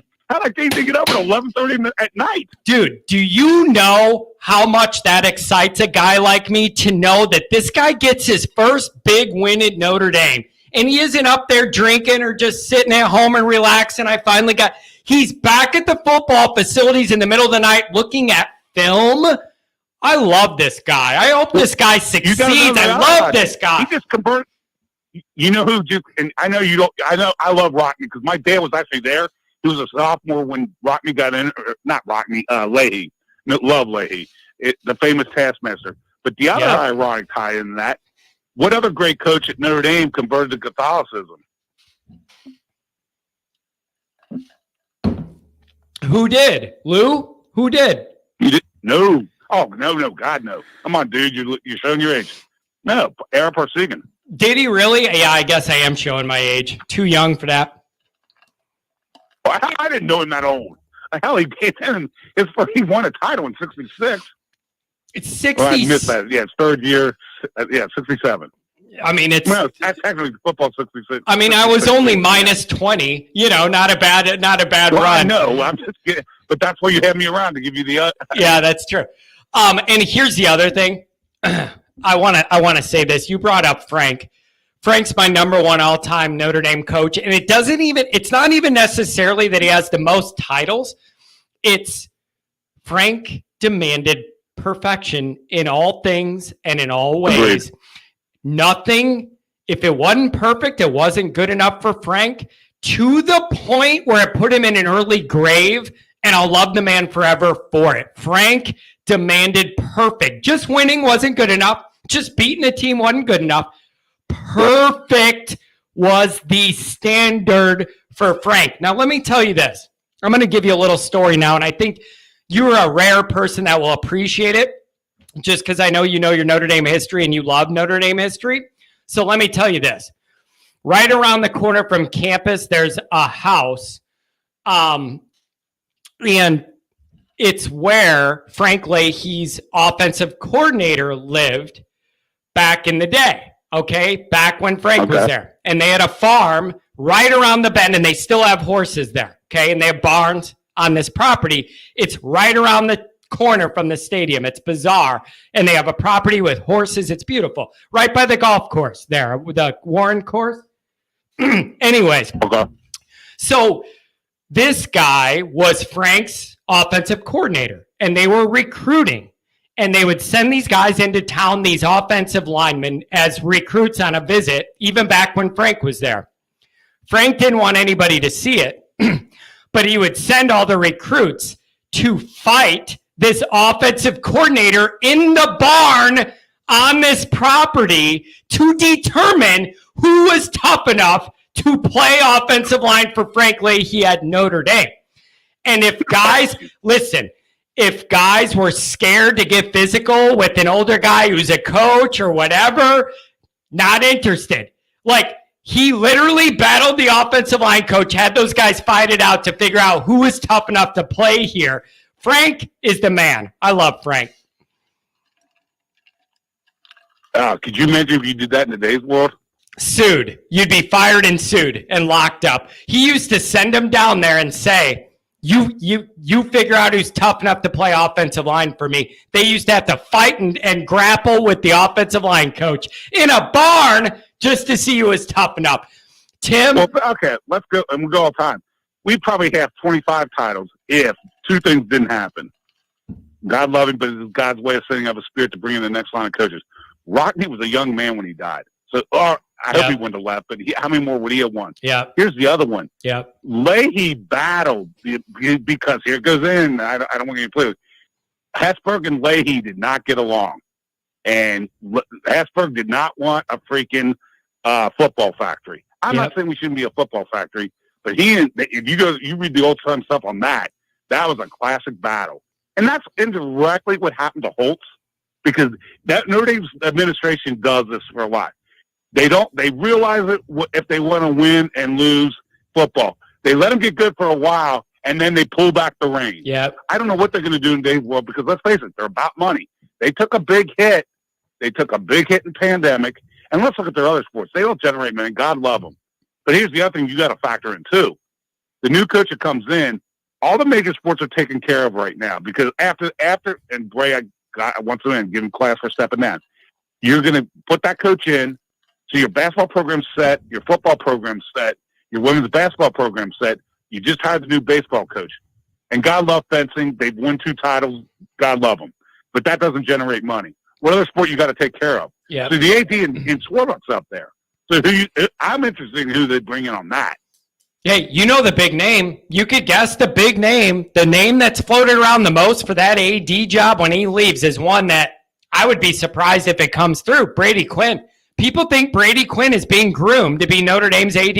I have heard that from multiple sources. I don't know if that's realistic. I don't know if that's realistic, but he doesn't have experience doing it. I have had multiple people approach me and tell me they think that's going on. I'm dead serious. I've heard that. I'm dead serious. Well, I don't know. Here's the ironic thing is, how about you realize how many ADs are sitting out in other big-time programs? Now, Grant, I used to play basketball with him, so he's near retirement. Bubba Cunningham, Notre Dame grad. The Duke, I don't know her name because it's Duke, but she's an ND grad. He's near. There's like 6, and he's ready to retire because he played under he did actually play under Persigan. But ND, whatever they do, they had probably the most across the country, 6 ADs. Granted, 4 of it. Oh, the other guy, Corrigan, his son's at North Carolina State. I think he's at North Carolina State, I think. I didn't like his dad because Corrigans were arrogant. They didn't love Notre Dame as much as I thought you should. If you love that place, you don't. And that's the other thing. Yeah, no. Hey, wait. Very, very, very good point. You are exactly right. You either love Notre Dame or you don't. Here's the other thing from my experience. That's not just something you acquire. You either just kind of have it or you don't. And what I've learned, and you've learned more than I from your experience, more than mine, the guys that know it's about the lady on that dome and not your ego are the ones who have a chance to do great things at Notre Dame. It's just the way it is at Notre Dame. The guys that know it's about Notre Dame and our values, not my ego, those are the guys that have a chance to succeed. And I hate to tell people, Kelly was all about Kelly. He's always about Kelly, not Notre Dame. It's Kelly first, whatever else second. He's swamped. He's swamp thing. And as you said, his schedule softened up. The only thing that saved that liberal fuck's job was the fact he beat USC. And he was looking to go out after the 12 year. He was going to jump the Eagles. You knew that. They gave him a second chance, and I'm not sure why. But there's a reason for this. I have the faith, and maybe we don't win again, and God help our country too. But let's let Freeman get to year 3. I think 9. You ask, I got what's your honest opinions. I can't live through 3 losses, but I think realistically 9-3. And the only thing that I wish is that the thing that bothers me, and I agree 100% with you, safety by insurance. I get it, but as I told you, it's also going in the NBC deal. But I think, and the long goal is to get us a title. I think better would have let Buckner develop for another year. Let one of the freshmen develop under him, because that's kind of what they did with Rice. That would get us in better position because you're going to have a transition number. Because let's face it, what if he gets in our ideas and this guy doesn't mesh with the locker room? I mean, I'm not going to argue with the stats. I get the insurance policy. I get all the logic because I don't like a loss. Trust me. I don't know how many more I'm going to get to endure. But the bottom line is the goal is to win a title. Year 3, I think it's mystical. Holy. Look at all the great coaches. They all did it year 3. Yeah. That's why I kept telling you, don't kill Freeman. You're ready to kill me if he doesn't go 10-2. Johnny could go 9-3 because I'm telling you, where I live, I better not lose to Louisville because we choked that one game away. Yeah. And we know damn well, and God love you, God wants you to love everybody with your buddy in Ohio State.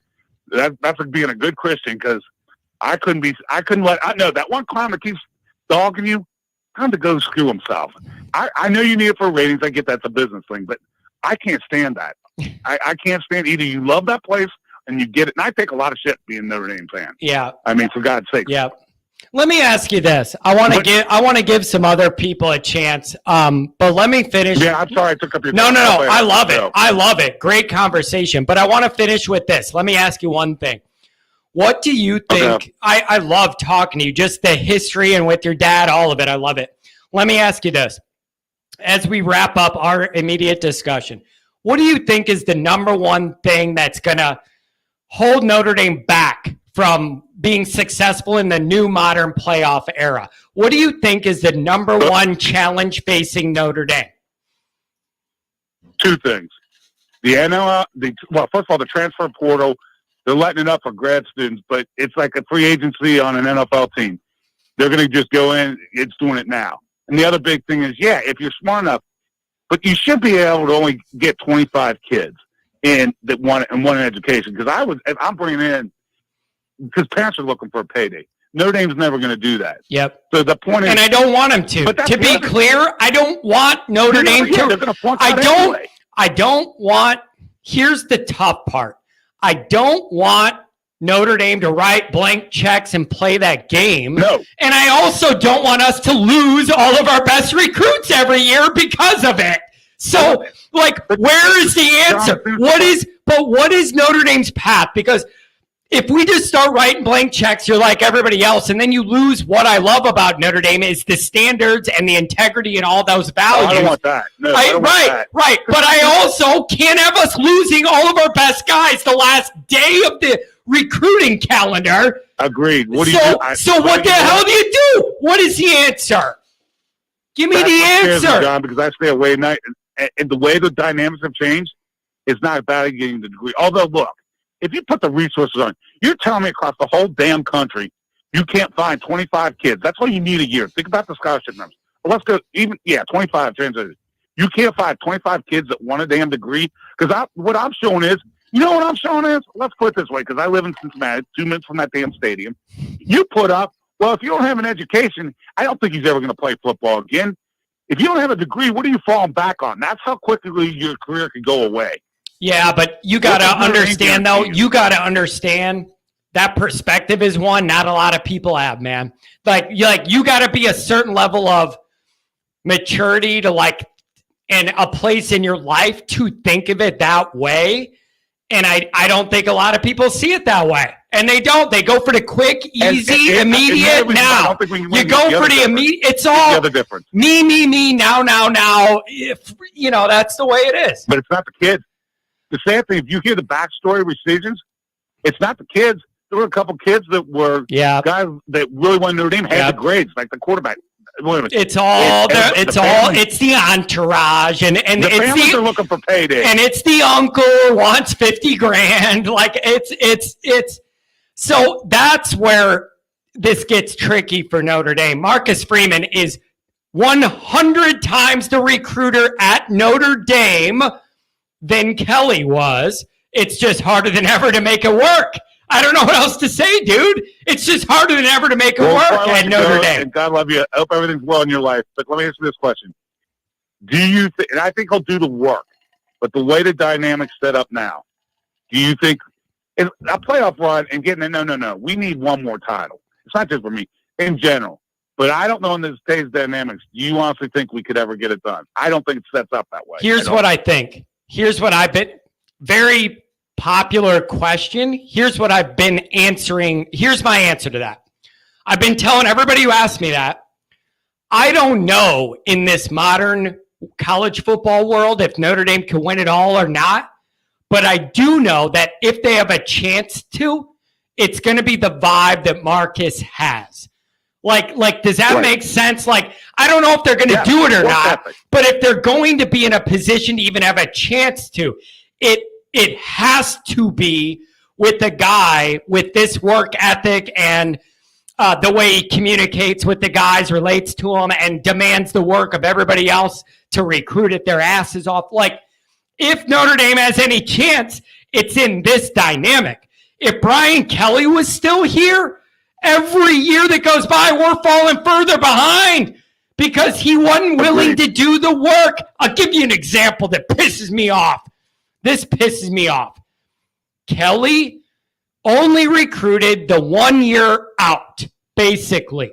And the reason was, he said, I don't know if guys further out than that are going to have the test scores and the grades to even get into Notre Dame. Why am I going to waste my time building those relationships when I don't even know if the guy could get in here?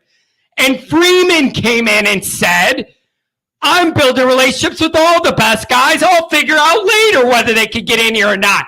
Yeah, it's extra work, but that's what it takes. So what that did for Kelly meant was these quarterbacks, he was too late. Other schools had 2 or 3 years of relationship building by the time Notre Dame gets in the mix when the guy's test scores are good enough, and then it's too late and you never land a top-end quarterback. That's what Kelly did. Well, he refused to do the damn work. He refused to do the work. How many years away were we with great defenses? Let's assume we have a great quarterback in 2012. How many years were we away of just developing a great quarterback? We might have won a title. That defense gave up 9.7 points a freaking game. I know it was a decade ago. They gave up an average. I'll never forget. It was 9.8 points a game that defense gave up. And we had statue Tommy Reese out there. We had Everett Golson running around. It was wild. And I even set up as a miracle year, only to be crushed. But that's, because realistically, we shouldn't have won the Pitt game because we had 2 players lined up with the same number. How the hell do you let that go on? And we got away with it. You need a miracle break to win it every year. I mean, even 88, hell, we barely beat Navy because we were coming off the emotional Miami win. Every year, you need a freaking break. I didn't get that. What we're now having to create is we're going to need, and it's like the playoffs. But as it comes down to it, what rules the world? Money. Notre Dame, because Swarbrick knows he's going to leave. Yeah. His programs are set. It's coming down. I'll give him credit. He's trying to put Notre Dame in the best position. The thing that scares me, Quinn will maybe care. If you go athletic, they'll care about the programs if we keep winning athletics. But, John, you know what? You've got more in connections with the higher-ups in Notre Dame. I think it's a division. It's like good versus evil. There's a small fraction in Notre Dame that doesn't want to be Catholic, doesn't want to be sports-oriented. They want to be academic only. Yeah. And they want to be the Midwest Harvard. Can I tell you this? Let me tell you this. I've had this debate. I've ruined family dinners having this debate. I have a bunch. Well, what's wrong with your family? My family wouldn't debate about that. We'd be on one side. No. I'm going to tell you what the problem is. My dad has a brother who has a daughter that was at Notre Dame, and we'd be at Thanksgiving, and she'd be saying to me, yeah, I don't understand the football thing and why that's a big deal and like why you all freak out and you want breaks for them in academics. It's a joke. Well, who the hell brought this kid up? And it's brought the kid up. And it's inconvenient and it's all about football. And like she's saying, we don't even look at them as really like students because we know they're there for football. And then it turned into a big argument where I said, your degree, your medical degree you're getting from there wouldn't mean nearly as much if football wasn't good. So I ruined a holiday dinner once because I brought that up and it turned into a big deal where they just didn't she didn't understand. She didn't understand. She's like, I got these football players in my class. It's like they're here for football, not school. I don't take them seriously. The academics there, some of these people resent football. They do. I know people there that resent the whole Notre Dame football thing. They resent it. And I'm related to some of those people. And it really rubs me the wrong way because they don't understand. Without the football success, none of this would mean anything. They're good jobs if it wasn't for football. Exactly. I know. But maybe I'm the crazy one, Tim. Look who you talking. No. As I said, special book and a thing, and I'm on you, but God loves you. The only thing that God gives me hope is somebody like you, the younger generation, that's 40, that gets the passion and get that. But but that all comes from the home. No, but listen, man. But here's the other thing. You got to realize this. I'm in a unique age framework, right? Like I'm 38. So 88, I was 4 years old. You got to think about you got to think about the people after me. There is a whole generation of people that are like in their early 20s. All they know in their memory is Brian Kelly at Notre Dame. They have all those people in their early 20s. Think about it. 11 years ago, they were 10. All of those people, when they started following Notre Dame, all they've known is Brian Kelly. They are the ones that really have an issue in their brain because all they know is Kelly, and they have no clue that it wasn't close to what it needs to be here. But I get you. However, this comes down to, gotta love your family. I'm not going there. But how do you think I found out about Frank Leahy and Newt Rockne? I got it from my father, graduated in 1942. You pass that down through the generations. You get what that place means. It's a passion. It's a God. It's a blessing to get into that place. Hell, I kid now. I wouldn't get into their damn preschool school. And I went to St. Xavier, one of the best schools in Cincinnati, but they'd laugh at me if I would apply now. And they don't give a damn about that. You don't. You love these two shirts. I know you got to let me get. I appreciate all your time. But I grew up my dad's generation. Either you went to the pep rally, lake. You ever wore another school's sweatshirt on campus, your ass in the lake. And we have people that graduated, let's go to an SEC game. It's not the passion of Notre Dame. Wrong. That's the problem. That's died. Tim. I appreciate you trying to carry it on. But you saw your own family. That tells me somebody, because I'm not, if it's a granddaughter or who the hell brought up that evil child, why'd she want to go to Notre Dame? Go somewhere else. Hell, I've got friends outside of a couple close ones. Their dream wasn't to go to Notre Dame. Her dream school was to go to Dartmouth. Fuck Dartmouth. Oh, sorry, man. John. I know I've used the F word a few times. That's okay. I live and die. And I am, this is funny. One of my first thoughts was, she goes, what's wrong with you Notre Dame guys? You live and die Notre Dame football and you drink Bud Light or you drink beer. Yeah, my joy is drink beer. You can't drink hard alcohol during a Notre Dame game. I'd have no liver left. Are you kidding me? Tim, let me tell you this, man. Let me tell you this. I really appreciate you because the history of all this and how personal it is, we relate on that. I really appreciate it, man. All right, let me get some other people on here, man. Take care. Thank you for your time. No, I appreciate it. Really good call. Your energy ramps me up, and then it's good, man. Maintain this intensity.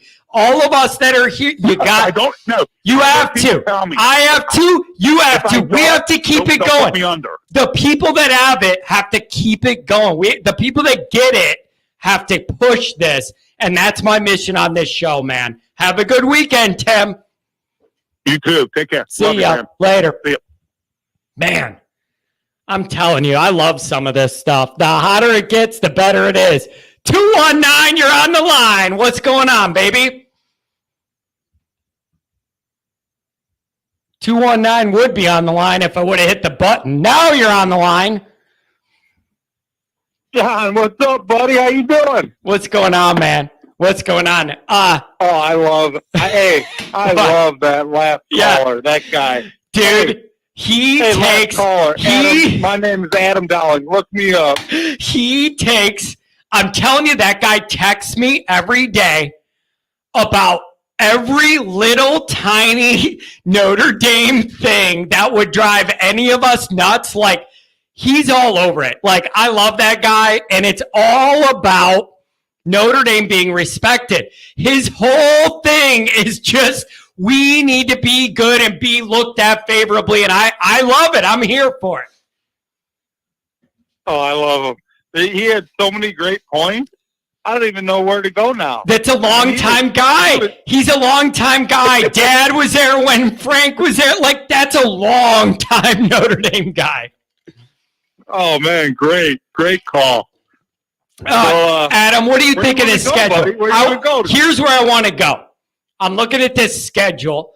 I'm saying from now on, no matter what, 10-2 is the bottom. 10-2 is the worst Marcus can do without me freaking out at a bad year. What do you think? What do you make of this schedule? Yeah, I agree. I mean, we were 9-4 this year. I mean, I guess if you get rid of the Marshall, it was kind of what a lot of us were kind of predicting. I guess the couple that we always know Notre Dame's good for a game that's going to go down to the wire that shouldn't. Yeah. So we're always looking for those. Yeah. You know what I mean? Those traps. Adam, let me tell you this. I've had a lot of people ask me this year. You're on the morning shows a lot. People ask me, John, if you're always hating on Brian Kelly. If Brian Kelly was here, would we have lost the Marshall and Stanford games? My answer is no. Those are the games Brian Kelly wins by 6 points. We bitch about and forget about it and move on the next day. So no, Kelly wouldn't have lost those games. But also, Kelly wasn't winning anything on the high end either. So Kelly was what he was. I sat in that stadium for Ball State by, 8? I sat in that stadium for Toledo, and I sat in that stadium for Vanderbilt by, I think, 6. Yep. And so that's my answer. No, by the end of his tenure at Notre Dame, Kelly would have found a way to win those games ugly. But there was no higher end possibilities under Kelly. So yeah, you would have beat Stanford and Marshall, but you would end up not. There was just no upside. And I'm ready for something new. I'm glad we have something new. What do you make of the schedule, Adam? Break it down for me. Am I exaggerating that Duke's a big trap game right after Ohio State at their place? I think that's a big trap. Am I wrong? Duke is, and I think is NC State week 2? Is that? Yeah, Parker Williams. I don't like that. Parker Williams Stadium. I don't like that. And week 2. I don't like that. Yeah, I'm pretty positive that will be like an ESPN night game too. I know you were kind of saying you thought it'd be like a day game. I'm thinking, here's what I thought. I thought game 3, North Carolina State would maybe be like a day game. And then I figured, I thought that Louisville game would be a big night game. You think they're going to flex NC State, Notre Dame into a night game? Well, we'll have to look at the schedule of what's going on. But I would, yeah, if not, maybe ACC Network. Oh, geez. Here we go again with the ACC network. That the first year we joined it. I bet Listen, you. no, the first year that the ACC network was on, and then Notre Dame joined the ACC for all these games, I get 786 TV channels I pay out the ass for. Not one of them was that one. Like, dude, I will give up 80 channels I never watched. Just give me the football game. Nope, couldn't do it. The only place here in the Chicagoland area, like where we are, John, is I have AT&T Uverse, so you get the ACC, but like everyone that has Comcast is like, nope, no ACC network. Yeah, that's what I had, and I'm like, bro, I will give up 100 channels I'm never going to watch to give me that one. So here's the deal, man. Do you agree with me that 10-2 needs to be the bottom worst case scenario for Freeman every year moving forward? I think that's got to be the bottom. Yeah, 100%. I mean, we all kind of went into this thinking, year one, give the guy some, let him recruit, let him build a program. He's never been a head coach at any level. So this was his first time being a head coach. And I think we saw him get better as the year went on. Do you agree? As a head coach. I do. I felt like, how they talk about like quarterbacks, the more you play, the game slows down. I almost felt like I felt that with Marcus. Like the longer he went into it, then it kind of slowed down and it was easier for him to navigate. Let me ask you this though. I'm glad you brought that up. Let me ask this. Do you think Marcus Freeman, after year one, do you think he'll get more involved in actually day-to-day coaching that defense now that he's had the first year to kind of do all the big picture crap you got to do, be everywhere, do everything? Do you think now he'll get more invested and put more time in the defense or no? Or does he need to? Or does he just still back off and figure Al Golden's going to figure out why the linebackers can never get home and why we had the second to last touchdown defensive rate in the red zone in the whole country? I mean, maybe if he feels like he has to, he probably will. But being the Notre Dame head coach, maybe a year in, he kind of knows what he has to do, just media-wise, and just all the Notre Dame stuff. Yeah, exactly. Half the Notre Dame stuff is all the BS behind the scenes that takes time, all the donors, all that stuff you got to do. Like, I'm just wondering what Freeman's going to adjust year 1 to year 2, realizing, okay, we got through that. I'm situated. Now let me figure out a better way to allocate my time. Like, I'm just wondering where that goes. Like, just like us, John, in any job we've started, the first year, you see some things, and then like, okay, I got to change this, I got to change that. Yeah. I think, he's going to make some adjustments. I've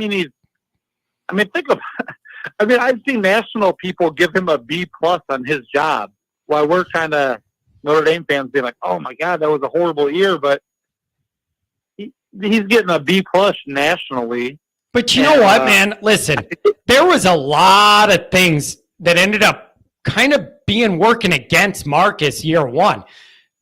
Think about it. Number 1 is you're dealing with a half-ass recruited roster because of Swamp Thing. So number 1, you're dealing with a roster that is woefully inadequate nationally because of Kelly. And then number 2, you lost your starting quarterback. So that's tough.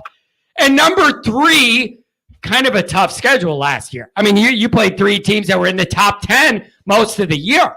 So as far as year 1s go, really rough. Like a lot of rough circumstances. Yeah, he has it way harder. I mean, let's be honest, John. Let's be honest. Swamp Thing saw he done 12 years at Notre Dame, and he saw the schedule coming. And LSU was offering him $100 million. Don't think for a minute he knew the schedule that was coming and the way he's been recruiting. Yeah. Yeah. I mean, that was a major factor for him leaving. I mean, come on. This schedule that they have now is 10 times what, like, Michigan's playing. I mean, come on. Yeah, it's a joke. Even though I do admit 10 times what BK. Yeah. Yeah. BK didn't play a schedule 1 year in 12 years as hard as Marcus Freeman's going to play these. Yep. These No, you know what happened? Listen, there's no doubt to me Brian Kelly quitted recruiting hard at Notre Dame the last couple years. He was frustrated, looking for a way out, kind of checked out emotionally and mentally. That's just my opinion. I just think he did. And then he knew who else would know better than the guy who orchestrated all the roster problems to know what problems were coming. Kelly knew damn well these problems, and I give him credit because he found a hell of a good landing spot. Yeah, that's a place where you don't have to leave your state. And that kind of brings me to this, John, to what you said earlier. Not only do you not have to leave the state, you don't even have to worry about your guys reading or writing. That's also a big benefit in recruiting. Yeah, you don't have to leave the state, and you have Houston right there, too. So he never has to get on an airplane to recruit now. Yep, it's very, very nice. That brings me to what you said earlier, John. I totally agree with you. You know, like under Lou, when we were kids and we were real young then, but with Lou, he kind of had a lockdown on this. But Chicago and the Chicago Catholic League, yep, every great player has to be a must for Notre Dame. Yep. That has to be Notre Dame State. Yep. Like when Kirby Smart says, we're putting a lockdown on Georgia. Yep. Or someone says they're putting a lockdown on Florida. Like, Notre Dame has to put a lockdown on Chicago's Catholic League. Yep, and they had it in the 90s. They had it when I was in high school. I remember being a kid, and my dad would say, Lou's going to be at this game. We're going to the game this week. Like, that's the league I grew up in, Bishop McNamara, Chicago Catholic League South. That's where I went. We played all these teams. You used to be able to go in there, Notre Dame would get all the guys they want, and we need to get back to that. Here's what I want, Adam. I want Notre Dame to be able to go into the Chicago Catholic League, pull out all the guys they want, and then whatever's left can go to Northwestern or Indiana or Wisconsin. That's what I want to happen. Yeah. And even I've seen they put a huge effort in St. Louis, too, which I love. Yeah, I've actually been looking into that. And they're getting a lot more active. It's a nice talent hub. It's close to Notre Dame. And I think there needs to be a bigger pipeline there than what has been. And I feel like Freeman's trying to build one. I like that. Yeah. Yeah, 100%. You can't be mad at that's I kind of think our like anger kind of been the last few years is because even in 18, I know you guys were talking about 12 team earlier. 18 had a team. If we had Trevor Lawrence on our team in 18, the championship team. Yeah, you know what, man? It just never, but it never adds up. It never adds up. If our defense is elite, then I have an offense that can't do anything. That was like the history. It's very frustrating. Could you imagine 2012's defense with an actual real adult offense? Yeah, and it used to be kind of like a thing, like, you know, you're the center fielder for the Yankees or you're the quarterback of Notre Dame. Like, that was like a thing. It's not anymore. Yeah, I don't understand that either. We got to get back to that. I don't know, man. Let me ask you this. I'm going to ask you what I've asked everybody else. What is the number one hurdle affecting holding Notre Dame back from all their dreams? Is it the same answer everybody else gave? Well, I mean, it's been, I guess, NIL, I mean, I understand money getting put around has been there forever. We've never been the school to throw money around. Yeah. So NIL has just made it out in the open now. Yeah. It's not like it's. Yep. But dude, I just don't get how. Here's the biggest. If you ask me, John, what's the number one thing holding Notre Dame back? There we go. The Hart Foundation, Mount Carmel. There you go, man. Bishop McNamara, Mount Carmel, Providence Catholic, St. Rita, St. Ignatius, all of it, baby. All of it. That's my old stomping grounds. Hey, That's my old stomping grounds. Let's add Andrean High School over here in Northwest Indiana for Drake Bowen, huh? There you go. Yeah, it's a big deal to me. No, listen, it's a very big deal to me that Notre Dame has a guy like that is as grindy and tough and physical and a great guy. I love the fact that that's an Indiana talent, and now he's your guy. I love that. I love it by far. Yeah, Mount Carmel. This is all my little world here from high school. All these schools, Joliet Catholic, all of them. Providence, I hated Providence. Yep. Adam, you know why I hated Providence? We have a lot of kids here in Indiana, John, that go to Mount Carmel. They'll have like buses. Yeah. You know, they got them set up for us over here to go to Mount Carmel. Yep. And you know what we used to do, man? We used to recruit. We were a private high school in the Chicago Southside Catholic League in the suburbs in the South. We used to literally recruit. I mean, golf. Our coaches would go find the best golf guys, pay their private tuition under the table to have them join us so we could, it was like that even in high school, not even in football. All sports, we were doing that. They would go recruit these guys. Somebody with money would pay under the table their tuition, get them in. It was a big deal. I need Notre Dame to dominate that old market and get everybody they want. Yeah, I hear you.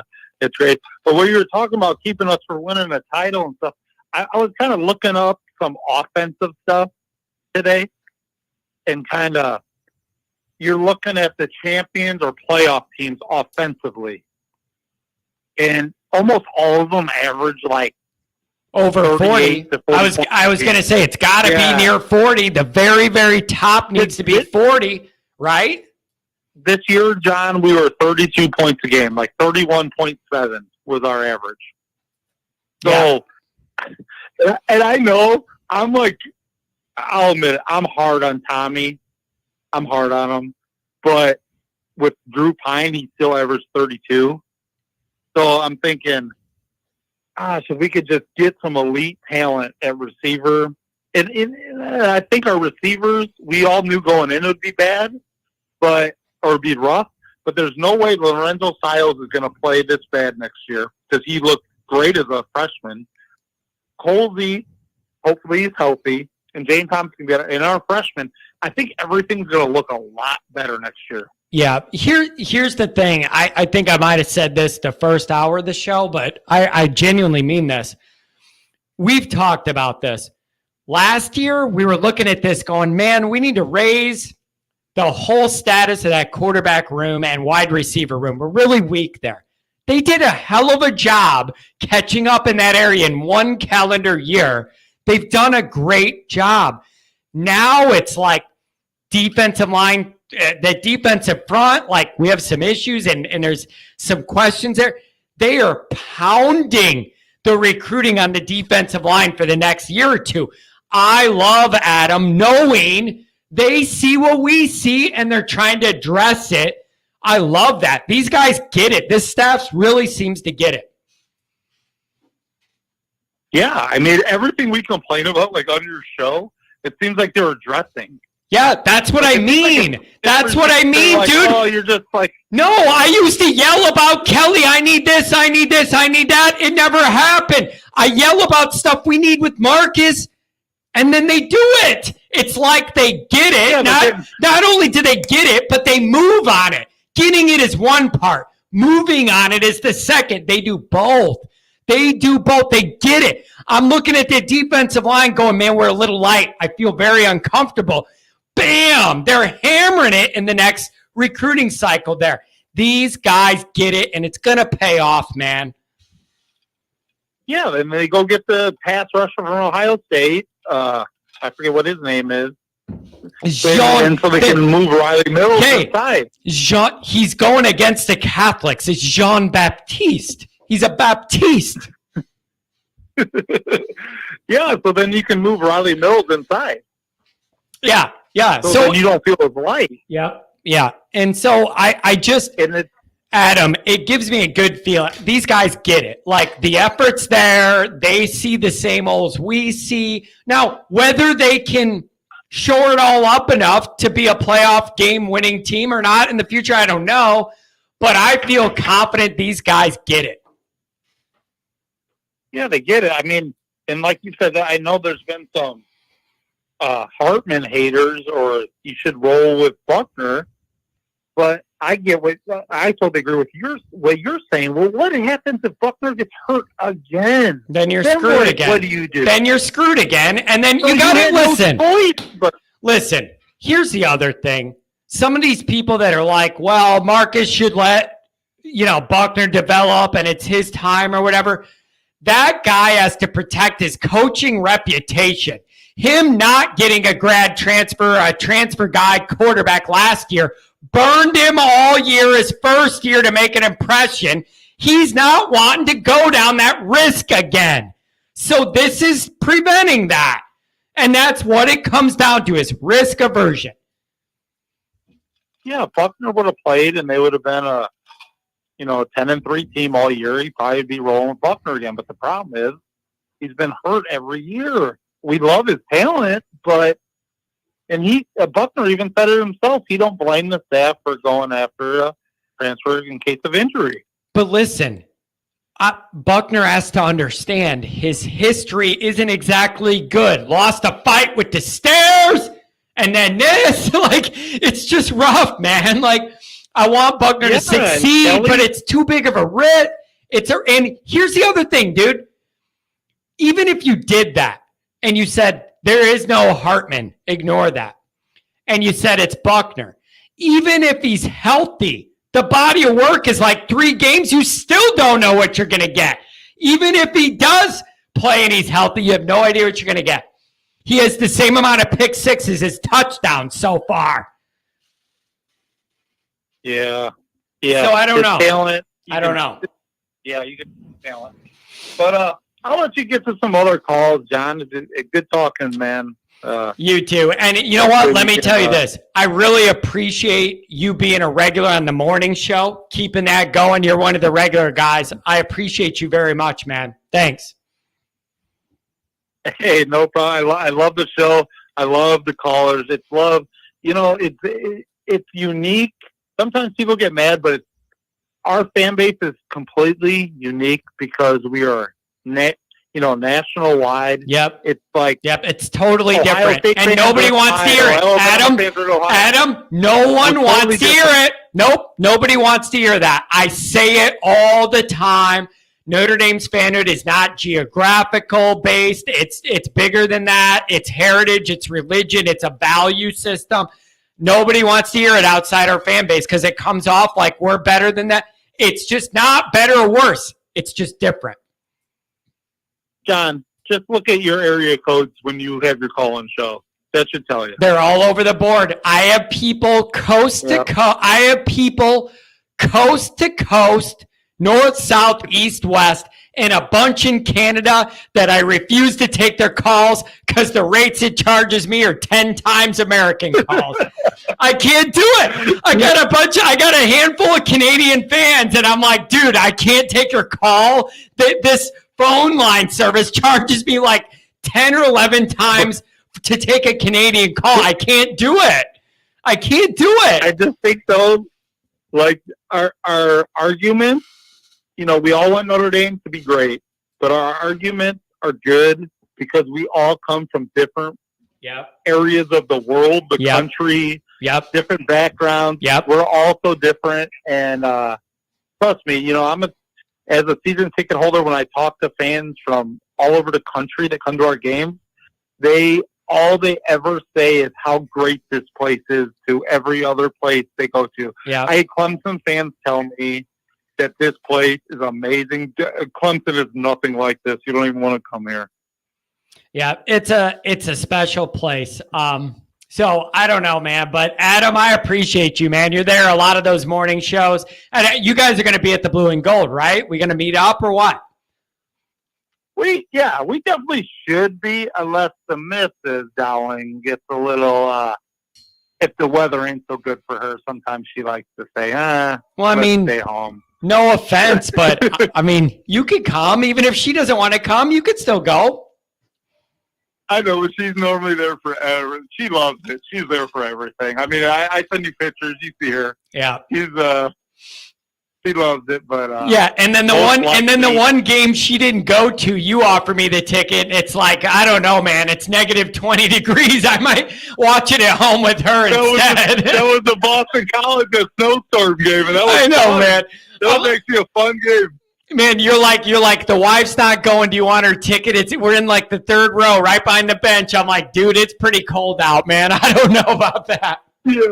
And hey, if it was pretty cold out and we're undefeated, I'm there. If it's pretty cold out and we have one loss, I'm there. 3 losses, no thanks. I'll watch it at home.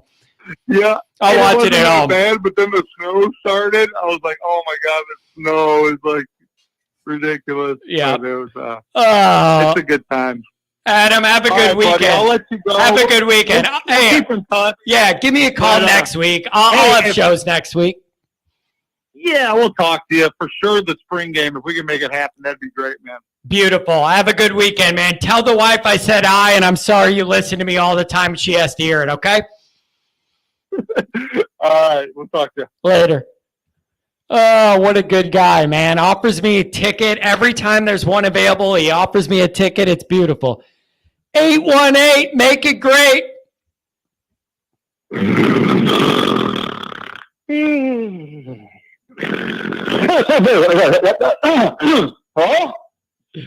Passing out on me. Is my content that boring? Is that the deal? Am I that boring? Am I putting you to sleep? But John, am I putting you to sleep on a Friday night? No, are you kidding me? Come on, man. No, you never do that to me. Never. This is my time, man. This is when I'm up. This is better than the mornings, man. Yeah, I saw it said 9 p.m. and I got confused for a second, thinking that was 10 p.m. my time because you're Right. You're a Central Time guy, right? Yeah. And then so about 9:23, I think I got on and just looking. I'm like, oh shit, it's on now. So, by the way, I love that caller a few ago. That the F-word came out a few times, and Yep. the last time he said it, his dog barked at him. I'm telling you, man. I'm telling you, that guy, he texts me almost daily, and it is always something that cuts so deep and personal with Notre Dame. Like, he finds the littlest things to like pull out the Notre Dame-ness like in me. It is fantastic. Like, that dude, the littlest slight that makes Notre Dame look bad nationally, he's going off. And it's beautiful. Like, we got to protect that shield. I know, and I wish I had my notepad and pen, because there was so many. The call went on so long, and it was a great call, but I forgot a lot of the points I wanted to touch on that he made. Because I didn't have a notepad in front of me or anything like that. There's several things he said that I was like, oh, I got to talk about that, or I disagree with him on that, but I agree with him on this. And I don't remember what they were. Yeah, exactly. That was a long time ago. But wait, let me get to this. Let me ask you this. My position is, now that we are fully into the Freeman era, 10-2 is the bottom end. 10-2 has got to be the bottom from now on with the talent we have. I understand that the schedules are tougher than most of what Kelly ever had. 10-2 with our talent needs to be the bottom, and we need to go from there. Am I off on that? Well, John, yes, I think you are. And I know we texted about this once. And the reason I'm going to say that is... Am I off on the high end or low end? Am I off on the high end or the low end? I wish you were off on the low end, or on the low end. I don't think that's unrealistic that we're going to... To me, it's 9-3. And you just hit on the one point I remembered. That was the one thing he said that I agreed with him on. Because, John, the schedule... Do you realize we got... Well, first of all, Lou Holtz, okay? The best coach we've had prior to Freeman, because I really do Freeman's going to be a legend here. I know, but I think he's going to. Holtz had a 5-6 year his first year. Okay, I think he was 8-4 his second year. Okay, now granted, those schedules were. You think the next year's schedule's tough? His schedules were, astronomically difficult. But he had his last couple of years weren't as good as prior years either. I think they were. I think in 1994 they lost 4 games. Actually, I think they lost 5 games that year, if I'm not mistaken. And then they were like 9-3 and 95 and 9-3. So yeah, I'm just saying. I'm looking back at some of these other coaches, and I think the reason I say that, I think if it was any other school, and the schedule was the same and the talent was the same, you just switched uniforms, I think you're correct. But I think at Notre Dame, those challenges just come back to bite you sometimes against those teams that it's their Super Bowl every week. Yeah. And John, next year, now I do think next year the floor is 10-2 because of Hartman. Now again, if Buckner beats him out, here's the other thing we didn't really discuss. While it's great to have more talent in that quarterback room, it's also going to make the other quarterback better. Yep. Because now there's a benefit in that, Rodney. Rodney, there's a big benefit in that. If it was a situation where Tyler Buckner was willing to stay there and learn under Hartman and learn how to read those defenses and analyze stuff of a guy who's a 6-year guy with all these accomplishments, if he's willing to sit through that and then compete against Minchie and Carr the following year, that is a very, very competitive, should be a competitive, high-level quarterback battle I'm interested in. That's what I'm saying, man. Because at Wake Forest, I don't know who was behind Hartman, but my guess was that the talent level wasn't quite to where ours is, with Buckner, So, I just can't see this not being a benefit. They're obviously, not just because of the depth, and, if one guy goes down, the next guy's up. But if Buckner goes in next year without a Hartman there, there's just that little extra oomph you have to put into your game knowing there's a guy that you got to beat out. Is Buckner really worried about anybody beating him out next year if it's not Hartman? You know what I'm saying?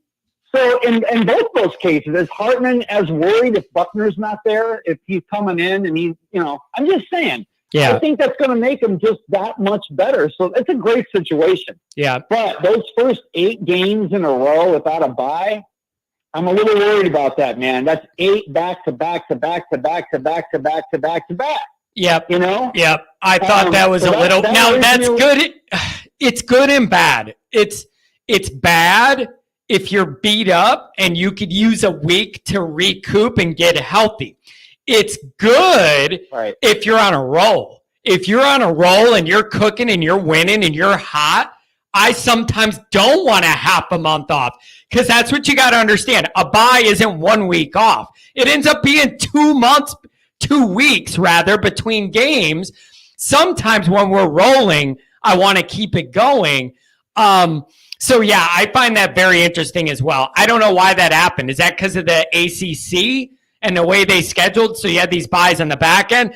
Now, the other way to look at it, Rodney, is by later in the year, you're more tired and beat up. Maybe it's a benefit to need those breaks later in the year when guys are dragging ass and beat up. I don't know. No, and so then I looked at when the buys came, and it was interesting. I was like, at first glance, I was like, man, I'd really like to have that bye right before Ohio State than right after. Oh, I'd like to have that bye right before USC than right after, until I thought about it, and I'm like, wait a second. Last year, we came off a bye after the it was Clemson, right?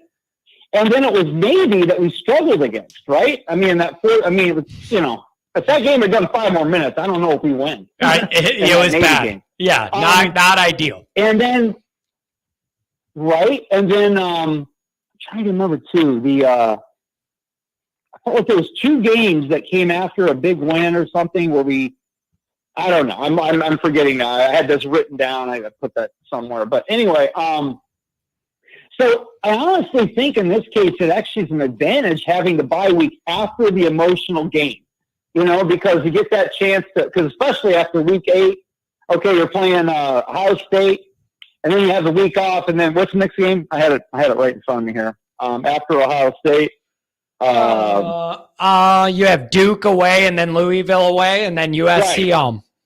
I think having Duke, actually, to be honest, and now I'm feeling better about the Duke game because I was like, oh, trap game right after Ohio State. But it comes after a bye week. I think that's beautiful. I actually think that's better than having that bye week right before USC because you have that bye week before Ohio State. Because you have that bye week before Ohio State. Maybe that helps you with Ohio State, but man, that emotional come down, I can see that hurting Notre Dame against Duke. But that emotional come down, you'll now have 2 weeks to get over that emotional come down. Same with the Clemson game, or the USC game. I'm sorry, because after that, whatever game comes 2 weeks after USC, same thing. So I actually now think it's actually spaced out pretty good. Other than the fact, like I said, those 8 in a row could be difficult. Yeah, but you're right though. But if you're looking at this, if you wanted to position those buys, you're right. You have one after USC. And you have one after Clemson. That is beautiful. And so that's what makes me look at circling Duke as a huge trap right after Ohio State. Whether we are happy or miserable, it's a trap.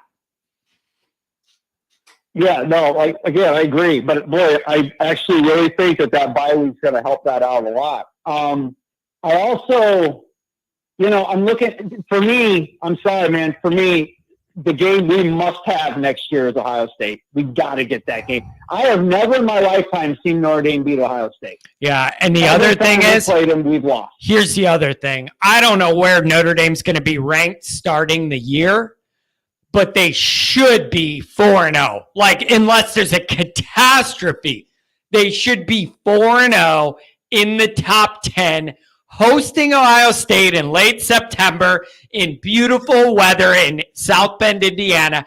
That is the matchup dreams are freaking made of. And I'm telling you, man, that is absolutely the game I'm circling 3 times, man. last year it was like I sort of expected us to lose that game. I was hoping we were going to. Now wait. Is it just because it's Ohio State, or is it also where it is in the schedule? Meaning that you should be 4-0, and then that's your first big test. Like, so is that a bigger deal to you because it would put you at theoretically probably 5-0 and then cruising, or is it just a big deal because it's the brand name? Well, it's the brand name. It's the brand name. Again, it's the brand name that we haven't won in my entire lifetime. That's what it is. It's like we 94, the Eddie George game where we were. Was that John Cooper? Was that John Cooper led Ohio State team coach? Yeah, John Cooper. Yeah, Eddie George had 200 yards that game. I was 10 won by 19 points. 10 years old. I was 10 years old. And I remember my father losing his absolute mind over that ball game. And that's why I remember John Cooper being when I was 10 years old. And I remember my dad losing his mind when we lost that game. Just the way it should be. And then the next year we lost to them at home, and they dominated us in that game. That was Lou Holtz. That was a home game where Lou Holtz, and they were the underdog. Notre Dame was the underdog. And usually when Notre Dame's the underdog at home under Lou Holtz in big games, we don't lose those games. That was the one we did lose, and we didn't look that great doing it. And then, of course, the Weiss loss in 2006. What was it? The Fiesta Bowl. And then again the next year. Then Kelly's. I think that was the Fiesta Bowl too, right? Where we played Ohio State and got beat again, double digits. And then this year, I mean, I have not seen them not lose by double digits to an Ohio State team in my entire lifetime. So that game, I'm circling 3 times. I'm circling that game like 10 times, man. That's the one we need. Yeah, and it's a big deal. USC's the revenge game. No, you really can't afford to go. I don't think a new coach at Notre Dame, it ain't a good look to start 0-2 against USC. That is brutal. Like, that is a rough dude. Right. Buddy, I'm telling you, that is the number one rule as the head coach of Notre Dame. You don't lose to freaking USC. That is the number one rule. The guy can't go 0-2. You got him at home. I don't care if that Heisman's out there or not. Win that damn game. Yeah, I think Clemson's the one game I got bad feeling about that one. That's a tough place to play in that environment, especially coming off a year where we, made them look kind of bad. I could see them getting us back from that. I'm going to tell you what else. I'm going to tell you what else, Rodney. Them firing their offensive coordinator and the guy they got, Riley, I like him. That's an upgrade. Dabo did good there. That is. And, that's an upgrade. Yeah. Dabo did a good job there. That's an upgrade. So, so that's an issue. Let me ask you this. I've been asking everybody who calls this, I want your opinion. What is the number one thing you think is going to hold Notre Dame back the most for competing for a title in the next few years? What do you think it is? The number one hurdle? I think it's, number one hurdle. Teams giving us our best shot every time they play us. That, to me, is number one. It's tough, man. It's tough. I want to say, you're playing for Notre Dame, get pumped up every game. It is natural to an extent to not get as pumped up for Wake Forest or Stanford as Ohio State. Like, I'm sorry. People I would say one people are people. That would be the academic grind. I'd say the academic grind / teams bringing their best to us. I think it's those kind of things combined is what makes it tough. That's why, the Stanford game happened, in my opinion. Again, we should have found a way to win it, no question. Yeah. But that's why it was a tough game just to start. Yeah. It's just that grind, man, the academic grind. Now, we'll say this. I was thinking about this.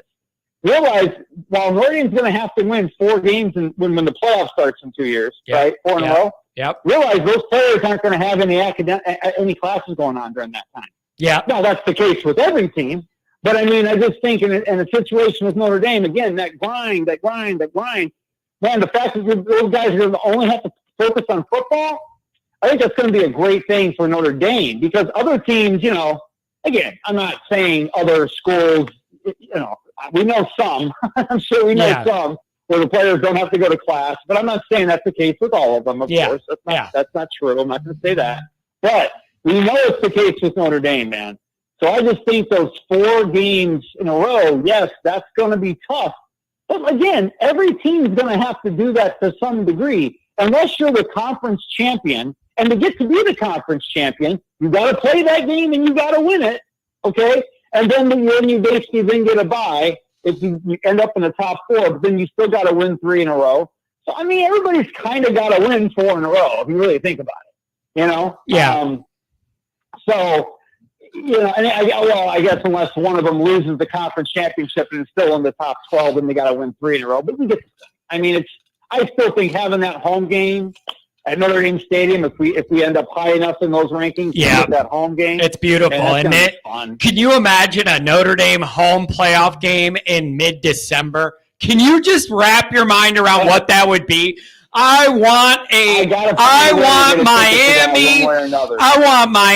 I want Florida State. I want some of these Southern teams to come up to sunny South Bend, Indiana, the week of Christmas and see how much you feel like running around. It's going to be beautiful, man.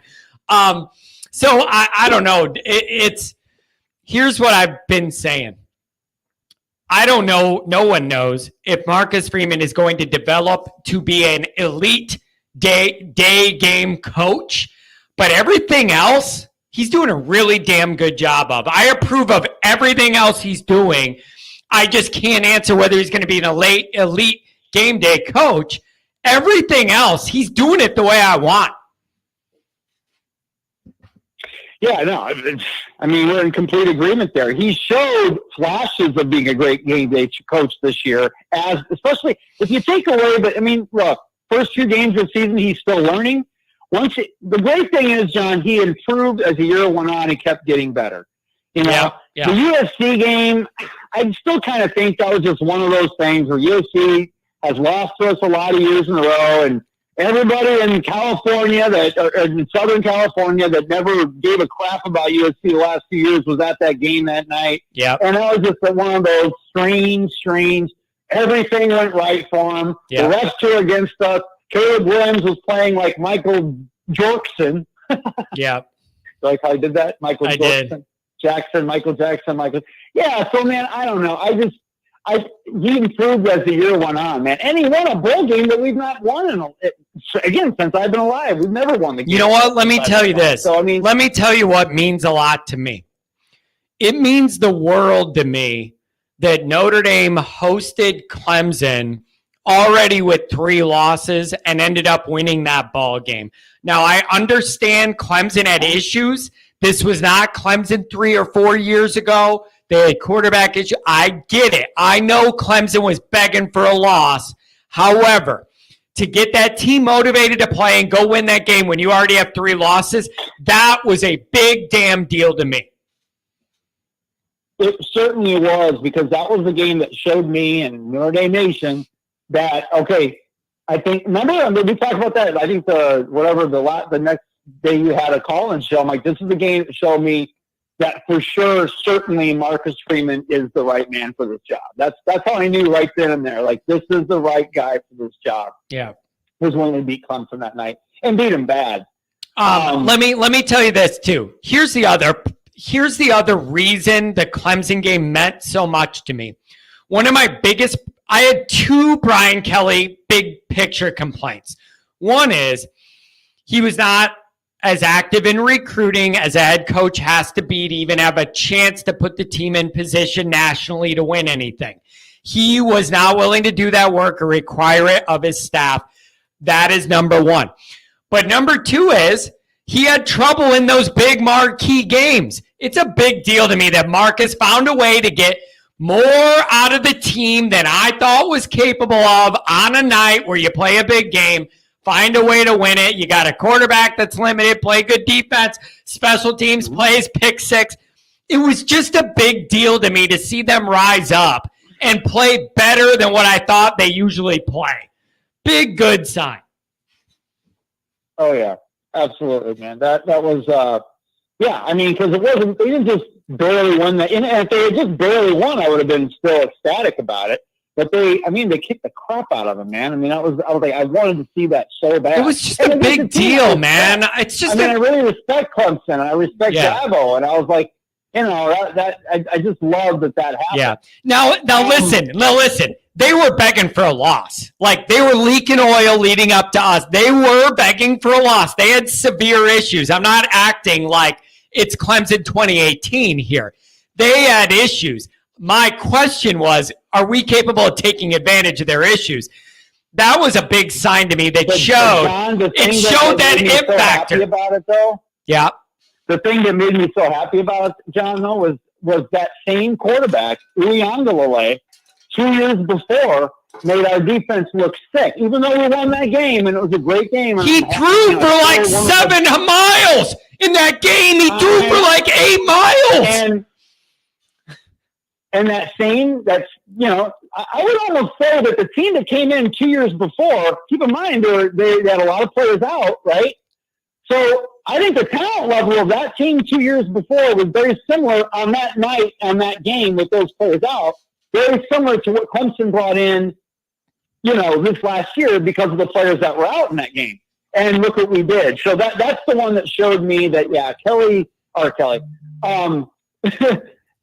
Freeman is going to ascend much higher than the Cajun Queen. Okay, because that's the game that proved to me that we got the right guy, and I was very happy I was happy Kelly left anyway. He had reached his ceiling. Yeah. One thing you mentioned earlier that I had no idea and I always trust your radar because it seems like you're always on to things. Barry, when you mentioned, I would never have guessed Brady Quinn when you said probably because he's young. I just wasn't thinking of that. Boy, that would be fantastic. I am telling you, I love that. I have had multiple people from just friends to connections at Notre Dame bring that up. I have had multiple people bring it up just personally out of the Notre Dame circle and internally. I've had people bring it up. As saying that they're grooming this guy for that, it would be great. I don't know whether that's true or not. I know he's a Notre Dame guy, but can you have a guy doing that who has no experience before and that's his first job? I don't know. Well, and I mean, I guess it just depends on what, because I know he's doing a lot of things behind the scenes right now. I thought Brady Quinn was going to become, a regular announcer on, whatever, Fox or whatever it was he was doing, because he's been kind of all over the place as far as Yep. I remember hearing him a couple times when I was watching a football game, not knowing who it was that was speaking. Like, God, this guy knows football. Who is this guy? I'm telling you what. It's Brady Quinn. I'm going to tell you what about Brady Quinn, man. I'm jealous of that damn hairline. You have no idea. That hairline is, God dang. I'm telling you, man. Freeman as the face of the program, man. Those two good-looking guys being on a no kid, man. To come to Notre Dame. No kidding. Yeah. It's like, that's a good 1-2 punch there on a postcard for sure. And then you throw Sam Hartman on there too. No kidding. Sam Hartman's got a damn good haircut too, man. It's wild. Okay. Mike Golick, senior, actually mentioned that.